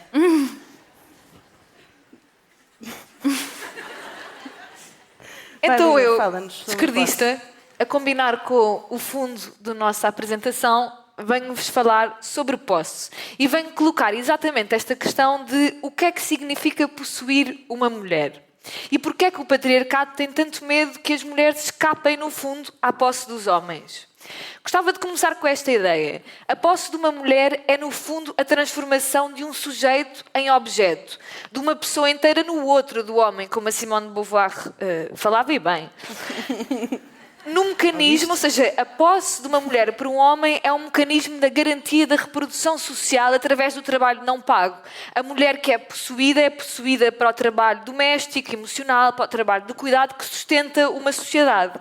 E, no fundo, eu tentei esquematizar, enquanto pensava nisto, em 3 ideias fundamentais sobre o que é possuir uma mulher. Em primeiro lugar, significa possuir o seu corpo, transformando-o num objeto que está sempre à disposição dos desejos e dos caprichos e das regras do olhar e da vontade masculina. É também possuir a sua voz, silenciando opiniões, testemunhos, contribuições literárias, científicas, artísticas e também, e talvez até mais do que qualquer outra coisa, possuir a sua vontade, controlando os horizontes das suas expectativas, dos seus sonhos, das suas vontades, através, por exemplo, da obrigatoriedade do matrimónio, da maternidade, da domesticidade, não dizendo naturalmente que o matrimónio e a maternidade são sempre uma prisão, mas que funcionaram de facto como prisão durante séculos e continuam a funcionar em muitos sítios. É esta ideia também de que possuir é violentar. A posse implica domesticar, vigiar, prender, menosprezar, silenciar e até matar. O que não é o femicídio, senão a última instância da posse sobre um corpo. O ex-marido ou ex-namorado ciumento mata aquela mulher porque perdeu a posse sobre o controle dela quando ela decidiu quebrar o jugo da sua opressão. E assim, ao mesmo tempo, as mulheres emancipadas e libertas da posse do homem são temidas. Elas põem e sempre puseram em causa a hegemonia patriarcal. E, neste sentido, a hegemonia patriarcal significa uma ideia dominante que se transforma em senso comum, uma coisa que é tão banal como uma árvore que nós encontramos no caminho para casa, a ideia de que o homem é superior à mulher. E, nesse sentido, sempre foram temidas durante a história as mulheres que conseguiram furar esta barreira e agir, criar, sonhar num universo de referências que não é o da masculinidade. E começo então por explorar um bocadinho aqui convosco esta ideia do que significa possuir um corpo. Possuir um corpo é a possibilidade de o usar, descartar e até de o matar. Possuir um corpo é a violação sexual, a violência doméstica, o femicídio, o assédio sexual ou a obrigatoriedade, mesmo que velada, de pôr certas formas de expressão de parte devido ao olhar masculino. E nenhuma de nós está livre disso, muito longe. Aliás, viver numa sociedade em que uma dada narrativa é hegemónica significa que todas nós vivemos sobre ela. Sobre, talvez um dia. E a verdade é que todos os dias, também eu, quando saio de casa, me olho ao espelho e pergunto se aquele decote é pequeno o suficiente para ser levado a sério. Ou se quer parecer, quando é que eu me posiciono no espectro da minha roupa e da minha aparência, querendo eu parecer uma mulher séria, mas também quero parecer uma mulher emancipada, não quero parecer uma freira. O que é que eu faço? Como é que eu vivo sempre com estas restrições constantes do olhar masculino sobre o meu corpo? Sou magra o suficiente? Sou bonita o suficiente? Será que tem alguma coisa a mais que vai fazer com que eu não seja levada a sério? E é esta pergunta que se repete, em que o corpo da mulher, o nosso corpo, surge como uma espécie de representante da dignidade da família, uma narrativa típica, esta ideia de que a filha perder a virgindade é uma desonra para o pai, altamente enraizada na sociedade portuguesa, ou até mesmo que o corpo de uma mulher significa a dignidade de uma nação. Neste sentido, e a extrema-direita usa muito esta ideia, muitas vezes, da Europa como uma mulher branca que é violada pelo invasor árabe. Isto é uma imagem muito usada, por exemplo, pela extrema-direita na Polónia. Ou, por exemplo, nos Estados Unidos, quando os movimentos supremacistas brancos usavam este mito de que o negro era naturalmente violador do corpo branco. Ou seja, que há uma profanação do corpo da mulher que representa em si a branquitude e a civilização, representa a sua honra, pureza e dignidade pelo outro não branco. E assim, o corpo da mulher vive sempre entre a vigilância da sua pureza e também a exigência de desinibição. Temos de nos mostrar, temos de ser livres, temos de ser descomplexadas, mas ao mesmo tempo temos de ser puras o suficiente. E viver neste espectro é completamente impossível. Sentimos-nos sufocadas por ele naturalmente. Mas a verdade é que o mundo da internet, para além de todos estes desafios tão enraizados numa sociedade profundamente conservadora, trouxe novos desafios. Permitiu, por exemplo, que se criassem deepfakes, imagens falsificadas em que mulheres aparecem em atividades sexuais que não fizeram e que se deparam com vídeos que destroem a sua vida em sites da internet. E estes sites são visitados por milhões de homens que, para além de poderem ver estes vídeos, podem também criar, oferecendo fotografias de mulheres que gostariam de ver nuas. Ou também, por exemplo, o mundo do TikTok, onde dezenas de figuras sinistras foram aparecendo na chamada manosfera, da qual a Maria já falou, que para recuperarem esta masculinidade perdida, o que quer que ela seja, falam sobre a necessidade de possuir o corpo de uma mulher. Por exemplo, uma trend no TikTok do Brasil de treinar para se ela disser não, em que os homens apareciam a dar socos no ar ou até facadas, numa ideia de eu vou esfaquear ou vou bater ou vou matar a mulher que me disser que não, que me negar a posse e o acesso ao corpo dela.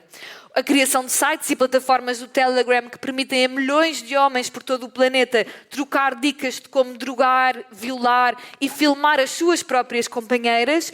E a verdade é que se o caso de Dominique Pellicot chocou e bem o mundo há poucos anos, a verdade é que ele choca não só pela sua particularidade, pela monstruosidade de Dominique Pellicot, mas exatamente pela sua banalidade. Porque no mês, 62 milhões de homens, ainda este ano, visitaram uma academia de violação online para aprenderem como é que podiam fazer o mesmo ou assistir a vídeos de homens que faziam o mesmo. Porque neste raio da pequena aldeia francesa onde vivia Gisèle e Dominique Pellicot, houve mais de 8 dezenas de homens disponíveis para violar uma mulher adormecida. E houve centenas, talvez milhares de outros que souberam que estava a ser violada uma mulher a algumas casas ao seu lado e que nada fizeram. A posse do corpo de uma mulher, o medo do não, continua a definir o que significa o machismo hoje em dia. E em segundo lugar trago esta ideia. O que significa então possuir uma voz? É naturalmente impedir a expressão do pensamento. Vejamos a longa luta pelo sufrágio feminino. O que era essa luta, senão a vontade de ter algo a dizer, ter uma voz sobre os destinos da nação a que pertenciam? É impedir a participação política. Isso não está longe. Representantes da juventude do Chega dizem até que as mulheres não têm apetência ou interesse para a participação política. Se calhar eles é que não têm, visto que a maior parte está com problemas com a justiça, se calhar não têm a mesma apetência para a política, não é? Pronto. Sabes que havia um que foi, acho que teve problemas com a justiça, porque andava a roubar a esmola de uma igreja. A esmola. E estava nos círculos. Adivinhem, three guesses who, qual é que era o partido? Não, já dissemos agora. Tipo, imagina, o Hélio Filipe, tu falaste há bocado, ele literalmente espancou uma pessoa. Espancou uma pessoa e roubou-lhe o dinheiro que ele tinha no bolso. Não, roubou-lhe 10 euros. O namorado da Rita Matias espancou uma pessoa para lhe roubar 10 paus. Alegadamente. 10 pau. 10 pau. Alegadamente. 10 pau. Alegadamente. Por favor, vão ver as descrições que ele tem nas fotografias do Instagram, é lindo. Exato, aqui um parênteses. Tem imensas quotes. Podes parar de interromper a Leonor? Desculpa. Uau, estás a ver, estamos a fazer uma aliança esquerdista contra ti.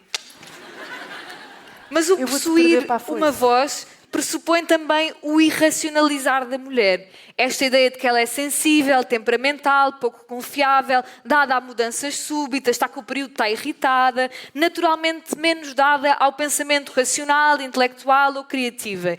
E a verdade é que a história dos homens tratou, de forma muito eficaz, de eliminar grandes pioneiras que fazem parte da nossa genealogia, que só nas últimas décadas têm sido trazidas ao de cima. Mas a verdade é que a voz da mulher acaba por significar uma quebra dessa hegemonia, especialmente quando essa voz não é uma câmara de eco. Ou, por exemplo, quando essa voz da mulher surge como uma testemunha da violência masculina. A voz da mulher testemunha é alvo de um escrutínio ensurdecedor. Quando uma mulher se levanta para acusar um homem de assédio, violação ou violência doméstica, de repente é ela, a integridade dela, a história dela que está em jogo. Não é dele, coitadinho, ele é avô, até tem uma neta, até leva a neta a votar com ele nas eleições. Coitadinho, ele é um homem tão sério. Nunca é a mulher, nunca é o homem a quem perguntam o que é que andaste a fazer, o que é que fizeste antes. Com que outras mulheres é que já fizesse isso? É sempre a voz da vítima que é perguntado quantos homens é que ela já acusou? A quem mais ela fez isto? E perguntemos-nos, há quantos anos saberia o mundo das atrocidades cometidas por Jeffrey Epstein se tivesse ouvido as mulheres que há anos falavam sobre isso? Por exemplo, há quantos anos em Portugal não sabia que Boaventura Sousa Santos assediava alunas na Universidade de Coimbra? Estava escrito numa parede no SES. Todas sabemos. Quantos anos não se sabia? E perguntemos-nos também, nas últimas eleições presidenciais importou assim tanto sabermos? Importou? Não sei se importou assim tanto, mas talvez importasse saber. E é interessante dizer que essa voz da mulher só vale quando é permitida, quando é medida, quando é aceito pelo homem. E o novo e velho machismo tem interesse em controlar esta voz. E, sobretudo, e esta é a minha ideia final, tem interesse em possuir uma vontade. E o que é que significa possuir uma vontade? Significa possuir quase tudo. Possuir o futuro de uma mulher, mas mais do que possuir o futuro numa ideia abstrata, significa limitar o quadro de possibilidades na qual ela opera, na qual nós operamos. Por exemplo, durante séculos, o único horizonte de expectativa do espaço de experiência da vida de uma mulher era o matrimónio e a maternidade. Era esperar que o casamento não fosse mal demais, não morrer no parto, era esperar que a vida fosse minimamente tolerável. E assim, o sistema patriarcal acabava não só por moldar os seus corpos e vozes, naturalmente, mas também as próprias expectativas e sonhos sobre a sua própria vida. Do ponto de vista legal, as mulheres até ao século XIX e bem dentro do século XIX passavam a ser propriedade do homem, eram literalmente possuídas por ele quando passavam da custódia do pai para a custódia do marido. E aliás, é interessante até ver que nestas autoras precursoras da literatura feministas ou proto-feministas, como é o caso, por exemplo, da Louisa May Alcott, como é o caso da Jane Austen, das irmãs Brontë, apesar de escreverem sobre personagens femininas que são corajosas, que são insubmissas, que não têm medo do que lhes dizem, todas elas acabam constrangidas por um espaço-mundo que termina necessariamente ou no matrimónio ou na morte. E por isso mesmo, hoje há forças que continuam nesta revanche de querer voltar ao que já foi. Ou o matrimónio ou a morte. Aceitar criticamente a posse do homem. Mas a verdade é, e termino dizendo isto, onde há hegemonia, há sempre contra-hegemonia. E as minhas amigas toleram-me aqui o uso de algum palavreado marxista, obrigada por tolerarem, e, na verdade, vão permitir também que eu cite um homem, Jean-Paul Sartre, que era companheiro da pessoa que a Adriana vilipendiou erradamente no início do nosso espetáculo, argumentava... Menti, Andréia? Menti? Por acaso mentiste imenso. Ok. Mentiste imenso. Aqui não estou contigo, sorry. Não. E ele argumentava que mesmo no momento, sob a mais brutal das torturas, um preso político tinha sempre um espaço de liberdade na sua mente. E porquê é que eu acho isto tão interessante para falar sobre feminismo? Porque mesmo quando o espaço-mundo de uma mulher é constrangido pelo patriarcado, e continua a ser, a verdade é que há sempre um espaço de libertação, há sempre um espaço de contra-hegemonia, e foi isso que as mulheres ao longo da história fizeram, e por isso é que nós também estamos todas aqui hoje. E esta ideia de que há sempre uma possibilidade de, por muito que nos fechem num sítio, nós saímos, por muito que nos digam que nós podemos ter vergonha, nós dizemos que a vergonha deve mudar para o outro lado, é sempre o espaço da nossa possibilidade. E eu sou uma otimista irremediável, para além de esquerdista, e acho que nós, meninas, não temos nada a perder, senão as nossas correntes, nós e a classe operária, obviamente.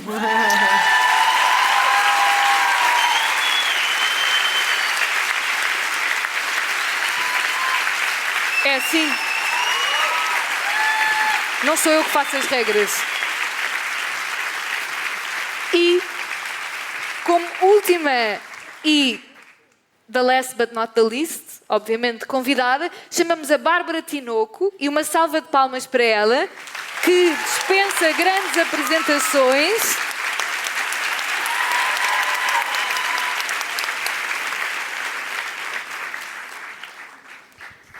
Boa noite. Muito obrigada por estares aqui connosco hoje. Obrigada Estamos pelo muito convite. felizes. Eu gostava Espero de não fazer... ser cancelada. Quer dizer, espero que não também. Mas também espero que não. Dissemos coisas muito canceláveis. Não. Eu estou-me a responsabilizar pelo meu próprio cancelamento. Ok. Vamos acreditar que não. Uma boa causa ou não? Sim, eu acho que sim. Olha, nós já fomos imensas vezes canceladas. Uma vez até porque tivemos um vídeo a surgir na internet, nós as três no marmelanço mesmo, tipo, mesmo à séria. Não era, mãe, era mentira. Não, espera. Era Mãe, mesmo, era um deepfake. Pronto, era aí que obrigada por fazeres o pano. Era aí que eu queria chegar. Em que houve velhos rebarados na internet a acreditarem mesmo naquilo. Tipo, eles acreditavam mesmo que nós estávamos na photoshoot do Expresso e estávamos as três, porque ele era tipo com a fotografia do cartaz, e estávamos as três tipo enroladas. Entanto, a Leonor estava a tentar imenso beijar-me. E eu estava louca a querer beijar a Adriana. E havia homens a dizer assim, mesmo que isto seja um deepfake, que eu acho que eles não percebem o que é, mesmo que isto seja um deepfake, é de perguntar porque é que há vídeos destes. Porque é que o AI ficou sugestionado para criar estes vídeos. Meu Deus, que nós crânios. quase que fomos canceladas também, eu percebo aí. Pá, mas era fake. É que nem me mas eu estava de fora. Tu estavas bué. Eu acho que isto é a percepção que os velhos rebarbados têm sobre o nosso podcast, é que tipo, eu estou só de fora, tipo... e vocês estão tipo... Nós as duas. Não faças esse Como gesto. faz lá esse gesto? Adoro. Pronto, isto só para dizer que nós também já fomos quase. Pronto. Estás ok, acho. Mas olha, eu tenho de facto uma pergunta séria para ti, na verdade super aberta para responderes como te apetecer, e ia-te exatamente perguntar, como artista, cantora e também feminista, como é que sentes ou como é que foste sentindo ao longo da tua carreira, de muito sucesso já agora, que é tão importante enquadrar a luta feminista ou um pensamento feminista na música que fazes, e de que forma é que achas que a arte e a música que tu crias pode de alguma forma contribuir para esta luta das mulheres, pela sua representação, contra a violência de género? Conta-nos tudo. Pronto, tu disseste-me há pouco que ias fazer esta pergunta, e ainda bem, porque eu sou uma pessoa que gosta mais de pensar antes de responder e preciso assim do meu tempo. E achei a pergunta engraçada porque quando eu comecei eu apareci com uma canção que se chama Antes dela dizer que sim, e é uma canção muito pouco feminista. E não por qualquer outra coisa do que eu escrevi aquilo com 16 anos, era assim que o mundo pensava sobre as mulheres quando eu tinha 16 anos, à minha volta era assim que as pessoas pensavam, e eu escrevi uma história de amor, que era a história de amor que eu achava que era a mais bonita com 16 anos. Hoje em dia já não considero que é a história mais bonita. E mais tarde fui continuando a escrever canções, e eu tenho 2 canções com a palavra feminista, e foi a primeira vez que eu me apercebi que as palavras há palavras que já dividem uma sala, se calhar não dividem esta em específico, mas a palavra feminismo cria logo 2 opiniões e 2 polos, e de repente havia muitos homens e muitas pessoas a dizer, pronto, essa também está sempre a dizer que é feminista nas canções e não sei o quê. E eu achei, ok, mas isso não é uma coisa má, mas para eles era tipo, não cantes sobre isso. E então, numa das canções, a palavra feminista aparece com o sentido, que é o que eu acho que se usa mais, e depois tem um sentido um bocadinho mais ordinário, que eu até me sinto um bocadinho envergonhada de ter escrito, mas agora já não posso voltar atrás porque já está na internet. Hoje em dia, eu achava que estava a ser sexy e cool, hoje em dia eu penso que se calhar podia só ter sido normal, até porque eu sou mais querida do que sexy, então... se calhar podia não ter Eu escrito também digo isso a mim mesma, normalmente. não é? Se calhar podia ter evitado essa tragédia, mas agora eu juro, às vezes se vocês forem ver um concerto, dependendo da fila da frente, se tiverem muitas crianças, eu já não consigo cantar essa frase, que é no planeta com o bispo. Pai, eu penso, para que é que eu escrevi isto? Isto é ridículo. Eu não tinha amigos. Onde é que estavam os meus amigos? Mas no Chamada a palavra aparece, eu acho que com o sentido que faz mais sentido. E acho que é engraçado que... Para mim, o que me faz pensar nessa canção é que não importa quão feministas nós queiramos ser, ou a luta que nós queiramos ter, ou aquilo que nós dizemos da boca para fora, às vezes numa relação, quando nós amamos muito uma pessoa, se a pessoa nos diz, pá, eu não gosto muito que vistas isso, não podes vestir outra coisa, tu trocas de roupa. E às vezes não é, parece que não tem mal nenhum, é tipo, pá, pronto, olha, hoje não uso isto, hoje uso outra coisa. Olha, hoje, pá, preferia que não falasses desse assunto ao pé dos meus amigos. Pronto, ok, também não preciso falar desse assunto com os teus amigos. E tu vais tirando pequeninas coisas. E, portanto, até me perdi. O que é que eu queria dizer? Sobre o Chamada Não Atendida, o feminista. Chamada Não Atendida, feminista. Já nem era feminista. E pronto, ou seja, eu acho que é interessante como às vezes numa relação, por muito que tu aches que és uma mulher super evoluída e super para a frente, e nenhum homem nunca na vida, nenhuma mulher nunca na vida, depois às vezes amas muito uma pessoa e o feminismo vai um bocadinho de vela, essa coisa da igualdade. E então eu senti isso e acho que escrevi na canção com esse sentido, que é, olha, estava contigo, gostava tanto de ti que qualquer coisa que tu me pedisses, se calhar eu até mandava de vela e ficou escrito e pronto, e acho que muitas pessoas se identificam, portanto não posso ter sido a única. E pronto, acho que é assim uma coisa interessante sobre a minha evolução com esta palavra ao longo das canções. E pronto, e acho que agora tenho uma perspectiva mais crescida e mais madura, portanto antes dela dizer que sim, se alguém me julgar por eu ter escrito que as mulheres... porque tem uma frase tipo... que ela era um rabo de saias e não sei o quê. Eu era mais parecida com o homem da canção do que com a mulher, ok? Eu não estava a julgar nenhuma mulher. Não estava a julgar, até porque eu era... A personagem masculina dessa canção era mais parecida comigo. Olha, nenhuma de nós quer ser julgada por coisas que disse com 16 anos. Eu Nem provavelmente ninguém aqui, tipo, está-se bem. Eu acho mesmo. Acho que O estás problema foi perdoada. eu ter gravado a canção, eu já não posso voltar a dar. Foi um sucesso. Ainda por cima. Sim, pronto, posso alterar a frase, mas sei lá, eu acho que o feminismo também é acreditar que pode haver uma mulher que não quer ser, que quer ser mais conservadora, e acho que isso também é ok. Olha, ser conservador e ser feminista não é antagónico. A Adriana concorda e Eu nem sequer sei o que isso significa, mas eu estou de acordo.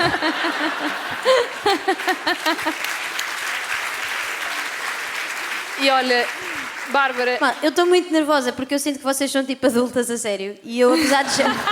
Tu és mais velha que nós. E eu, apesar de já ter um bebê e de ser mais velha do que 2 dos membros desta equação. Não, 2 não. Não, Tu és 3. mais velha do que as 3. Não é nada. És 10. Do que as 3? que as três. Tu és de 98. 99. Eu sou de 99, ela de 99. E ela tem a tipo Adriana, 4 anos, porque a nasceu Adriana em é 2000. ofensivo mesmo. A Adriana é de 2000. Tipo, ninguém é de 2000. Para mim, tudo isto é ofensivo.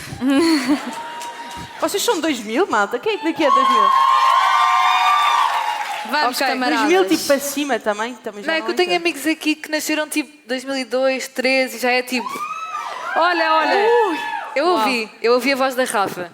Nasceu pai em 2003. Uau. Escandaloso. Escandaloso mesmo. Dizemos nós do alto dos nossos 90. Não, mas pronto, é engraçado porque vocês percebem sobre... Ou seja, eu sinto que aprendo muitas coisas a ouvir o vosso podcast e a ver os vossos pequeninos cortes no Instagram. E acho que é engraçado e agradecer-vos também esse serviço público porque às vezes vocês trocam por miúdos coisas que eu, que sou uma miúda normal, gosta de fazer música, mas que não tem assim o maior interesse político da história, acabo por me interessar porque vocês estão a falar num formato que eu consigo entender, perceber e que tenho interesse em ver até ao fim e ouvir e aprender. Olha, obrigada. E, Pá, portanto, muito obrigada. Obrigada. Eu fico mesmo, isso é mesmo surreal, porque eu fico um bocado starstruck, porquê? Porque eu tive uma fase um bocado complexa da minha vida em que andava a ouvir várias canções tuas, particularmente tu, essa Meu da Deus. também era feminista. Pá, bué em loop, mesmo. Ainda por cima, é assim, homens podem ser machistas, mas mulheres também podem ser machistas em relações lésbicas. E eu acho que isso é uma coisa que as pessoas esquecem muito, mas se houver aqui mulheres, raparigas que gostem de outras raparigas, não normalizem violência no namoro lésbico, não normalizem o machismo no namoro lésbico. Do not. Existe. E há mulheres que são mesmo boé. Então, já. Eu percebi Olha, há mulheres que são mesmo boas e fiquei tipo... Isso por acaso é verdade. Também é verdade. Olha, eu também estou a converter, se estás a converter-nos a nós e eu a puxar... Eu já andei na FCSH, tipo, já perdi O que ali havia a minha para janela de converter, a Leonor oportunidade. já deveria ter sido convertida. Mas olha, Bárbara, nós gostamos muito de ti, mas apesar de tudo vamos tipo, ser horríveis contigo agora. Yeah. Ok. E vamos-te propor um jogo, como isto é um espetáculo mais de 12, casar, beijar, mandar passear. Mas vocês sabem qual é o nome verdadeiro. Nós já dissemos imensas asneiras. Casar, Pronto. beijar, mandar passear. É o chamado Fuck, Marry, é o Kill, chamado estás a Fuck, ver? Marry, Kill. E eu vou passar a seguir, peço desculpa pelo que vão ver. E então, casar, beijar e mandar passear. Vou passar a apresentar os pretendentes da Bárbara Tinoco. Eu acho que preciso mesmo de alguma apresentação. Olha, então, mais à esquerda temos o número TikToker que acha que a sua namorada não devia poder sair de casa à noite. Porquê? Sem ele. Esse eu Porque- conheço, infelizmente. E conduz tipo carros enfim, não sei bem o que é que ele faz, mas ele é Criador de conteúdos. Ele cria conteúdos, exatamente. É isso. O Miguel de Melhão conhecido por fazer... Quem é que fez o uhu? Quem é que fez o uhu? Wrong Não room. estou no sítio certo, Não mal. estou no sítio certo. Wrong room. Sabem que o ano passado, uma vez nós dissemos que Volta não Chega, não estou no sítio certo, e depois um amigo que estava na plateia disse que umas pessoas ficaram tipo, por que é que elas estão a dizer isso? E eu fiquei tipo, quem é que comprou um bilhete para isto e é do Chega? Enfim, Miguel Milhão, conhecido por vender prota e com a venda dessa prota pagar anúncios anti-aborto na televisão. Ilegal. Um anúncio ilegal. Esse é o senhor da Prozis. É o senhor da Prozis. O senhor da Prozis. Tu me Ele disseste tem aquela também. cara. Ok. Tem aquela cara. Gostas da manteiga da E amendoim? depois, mais à direita, aqui atrás de mim, Rodrigo Tacha, deputado do Chega, cuja cabeça não coube na moldura aqui da fotografia. Pronto, deve ter sido um erro do designer, mas não coube, de facto, não deu. Que entre a bancada parlamentar de alto gabarito do Chega consegue ser dos piores. O homem consegue ser dos piores. É pior do que o que rouba as malas. E as malas? Olha. Pá, eu não queria fazer essa piada fácil. Isso Epá, foi tão neste ridículo. jogo esse até se calhar era um bom partido. Ao menos nada faltava Portanto, lá em olha, casa. Ou Bárbara, faltava mesmo, porque eu acho que ele... Bárbara, isto pode Se calhar ajudar não entendia. e pesava na tua decisão. Tu, na verdade, escusas de ter espelhos em casa se casares com o Rodrigo Tacha porque podes ver o teu reflexo na testa dele. Coitadinho. Ele é muito má pessoa, é isso? Não, nada, coitadinho. ele é péssima pessoa. Ele é muito péssima mau. pessoa. Ele é muito mau. Imagina, um gajo do Chega, mas tipo... Mas tens de casar com um.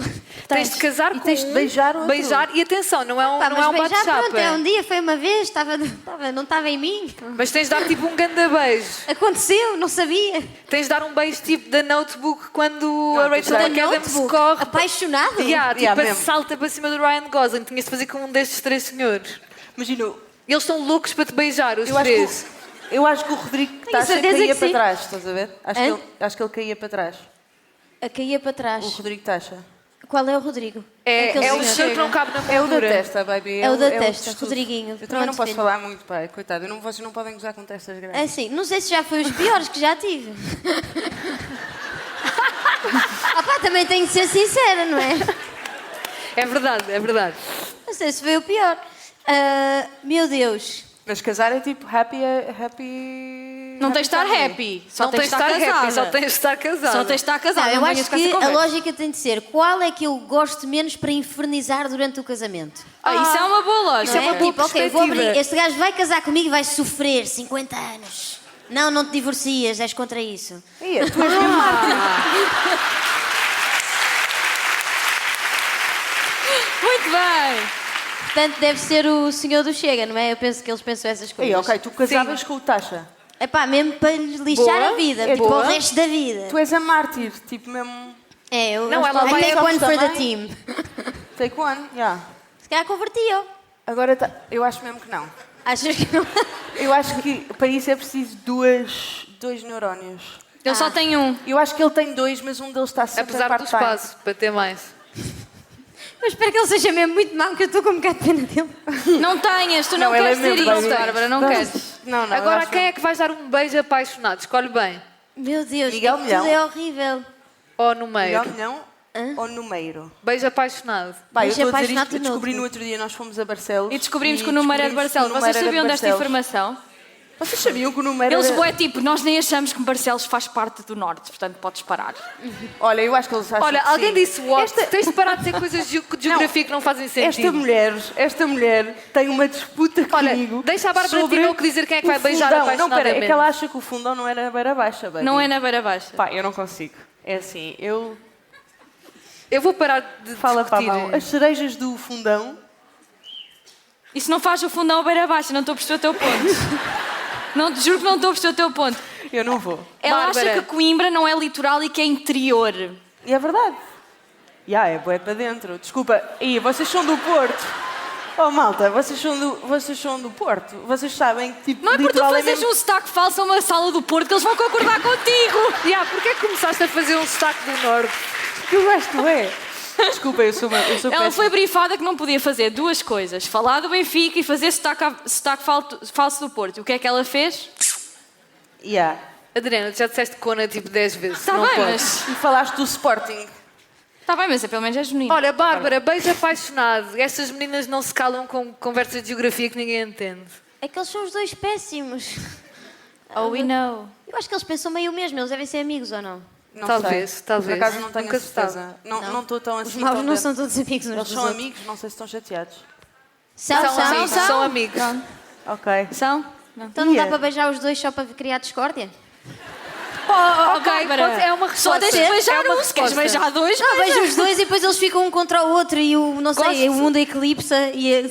Olha, gosto desta resposta. Acho que é uma ótima resposta. E tu assim não tens Eu acho matar que dou um nenhum. beijo tão bom que... Tu estás a ser boa mártir nisto. Sim, senhora. Acho que podia estragar a amizade entre dois homens. Ela não só casa com o Tasha Para lhe fazer mal. para lhe fazer mal, e para se fazer mal ela própria também no processo, mas tem que Não, eu acho que ia estar em cima. Como beijava os dois. Nós só te dissemos que tu tinhas de beijar um. Mas Tu beijava quiseste os dois beijar os para dois. estragar a amizade entre os dois. Queres Eu acho que estragar isto é a uma amizade? boa... Olha, Pá, eu acho uma e a ótima Gabriela- resposta, eu acho incrível. super original.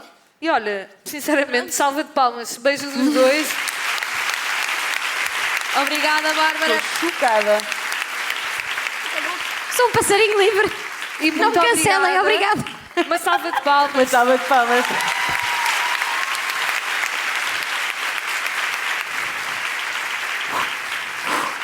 Pá, eu não beijava nenhum, só para dizer. Podes tirar este slide? Obrigado.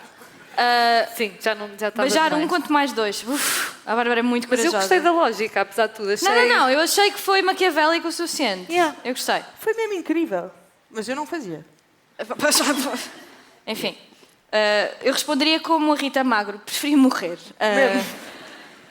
Bom, e como repararam, nós escolhemos começar o espetáculo com vozes masculinas, mas vamos acabá-lo com vozes de mulheres. Escolhemos contar histórias simultaneamente anónimas e pessoais, de ninguém, mas de todas nós, contando-vos sobre o que fica no silêncio da desigualdade. A igualdade não deixa ninguém de fora, ninguém para trás. Não estamos livres enquanto uma de nós não estiver. Malta.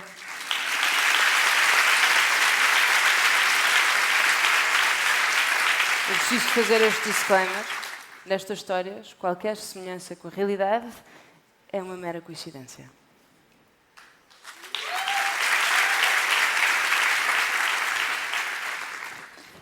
Que felicidade!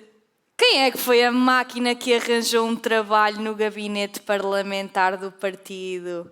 Fui eu, mãe! Sim, eu sei. É um sorriso na cara e dizer que sim a tudo se eu quero ficar. Vai ser incrível, confia em mim. Sim?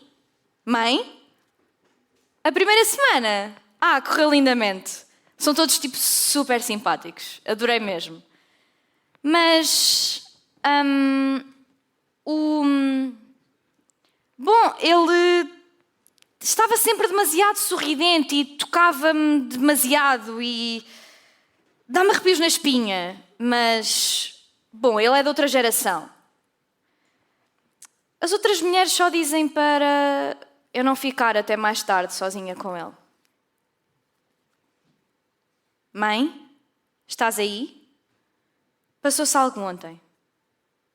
Eu tive de ficar mais tarde, estava só eu e o... E eu sei que não devia, mãe, mas ele insistiu muito para eu ficar. Mandou-me sentar e fez-me perguntas absolutamente nojentas. Perguntou-me de que tipo de homens é que eu gostava e eu bloqueei. Não respondi.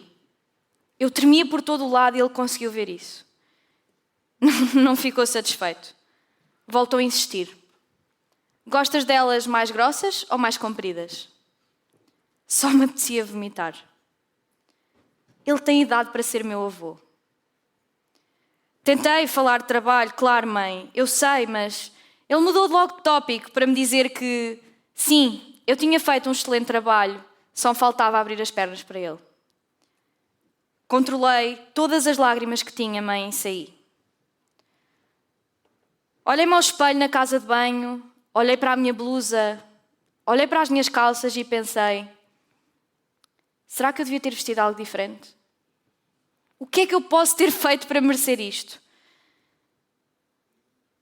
Sinceramente, será que a culpa foi minha? Mãe, eu não aguento mais. Eu preciso sair daqui. Mamã, és tu? Está na televisão.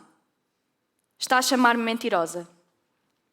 Mãe, o país inteiro está a chamar-me mentirosa. Mamã, eu só quero desaparecer. O meu telefone não para. A minha carreira parou. Eu não consigo sair de casa e eu não pedi nada disto. Ouvi-o perguntar se sabiam o que tinham feito à vida dele. Acho que ele não faz ideia do que fez à minha vida. E não só à minha vida.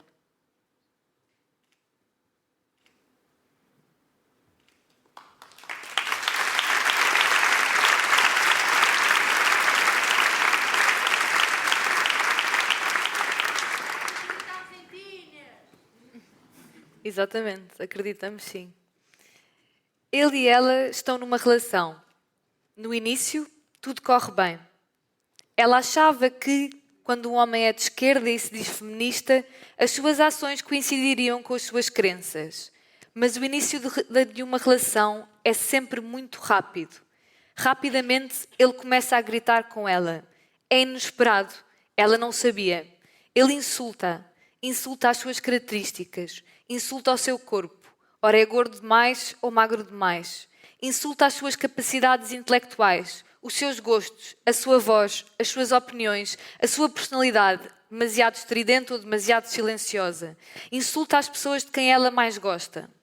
Ele gosta de a humilhar em público. Ele tem um gosto especial pela humilhação em público. Às vezes, ela dá por si com lágrimas nos olhos na mesa cheia de amigos, depois de ter dito o que achava e de ser gozada. E ninguém reagia. Às vezes, ela sabe que vem aí uma tempestade de insultos, ela já o conhece. Outras, é apanhada de surpresa ao dizer qualquer frase que ele não acha certa, qualquer frase fora do tom que o agrada. Ele, uma vez, disse-lhe, tinha ela 19 anos, que gostava dela porque a poderia moldar.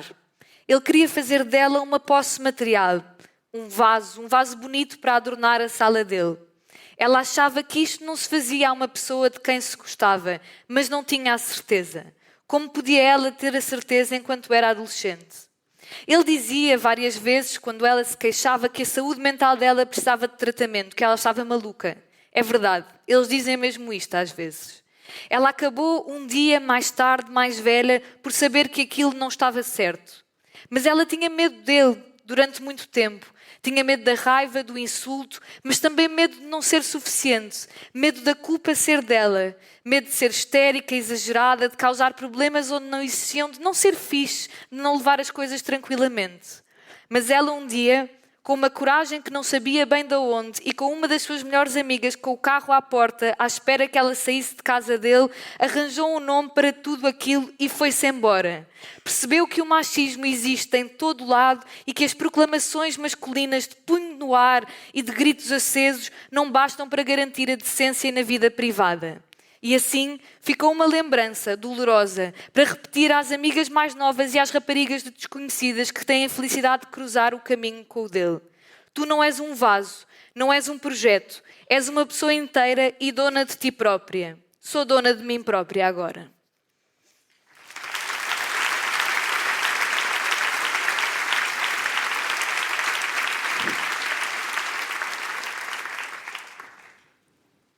Ele é muito jovem ainda. Dizem que é muito inteligente e culto, que fala com a voz soberbamente firme, que tem uma autoridade fora do seu tempo porque lhe disseram, desde cedo, que não esperasse para falar. Todos os homens o dizem. Ele é bem querido por quem o convida para falar. Em Portugal, isso basta-lhe. Aprendeu em pequeno que uma opinião dada com convicção vale mais do que uma opinião certa. Foi convidado para tantos lugares, e tão depressa, que talvez tenha começado a confundir o convite com a inocência. Ela tinha um nome, tinha um trabalho, tinha uma voz, tinha uma casa de banho onde uma noite se trancou. O que aconteceu antes daquela porta ficou entre os dois. Quis chamar ajuda e não conseguiu, foram outros. A lei antecipou-lhe o medo. Fez do crime de violência doméstica um crime público para que o inquérito não dependesse da voz dela. A voz dela, em todo o caso, faltou. O processo foi arquivado, então, por falta de provas. E ele continua a falar. Continua a ser convidado para a televisão. Pouco depois, ofereceram-no um lugar para o qual a maioria dos homens espera durante décadas. Ele aceitou, ao que se sabe, sem hesitação. Os que o convidam dirão que é brilhante. Os que o conheceram nada dirão. E ela continua a viver como podem viver as mulheres que sabem que o homem que lhes fez medo já não tem medo nenhum.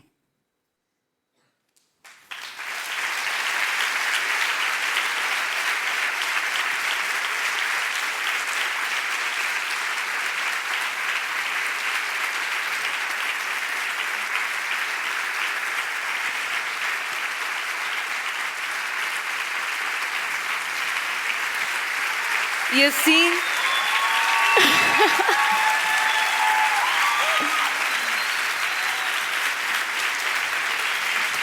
E assim chegamos ao fim de mais um Lei da Paridade, um programa de comentário político semanal. Desta vez, em cima de um palco, a desafiar a desigualdade. Muito obrigada pela vossa companhia. Para a semana estamos de volta ao estúdio, como sempre. Até para a semana e muito obrigada.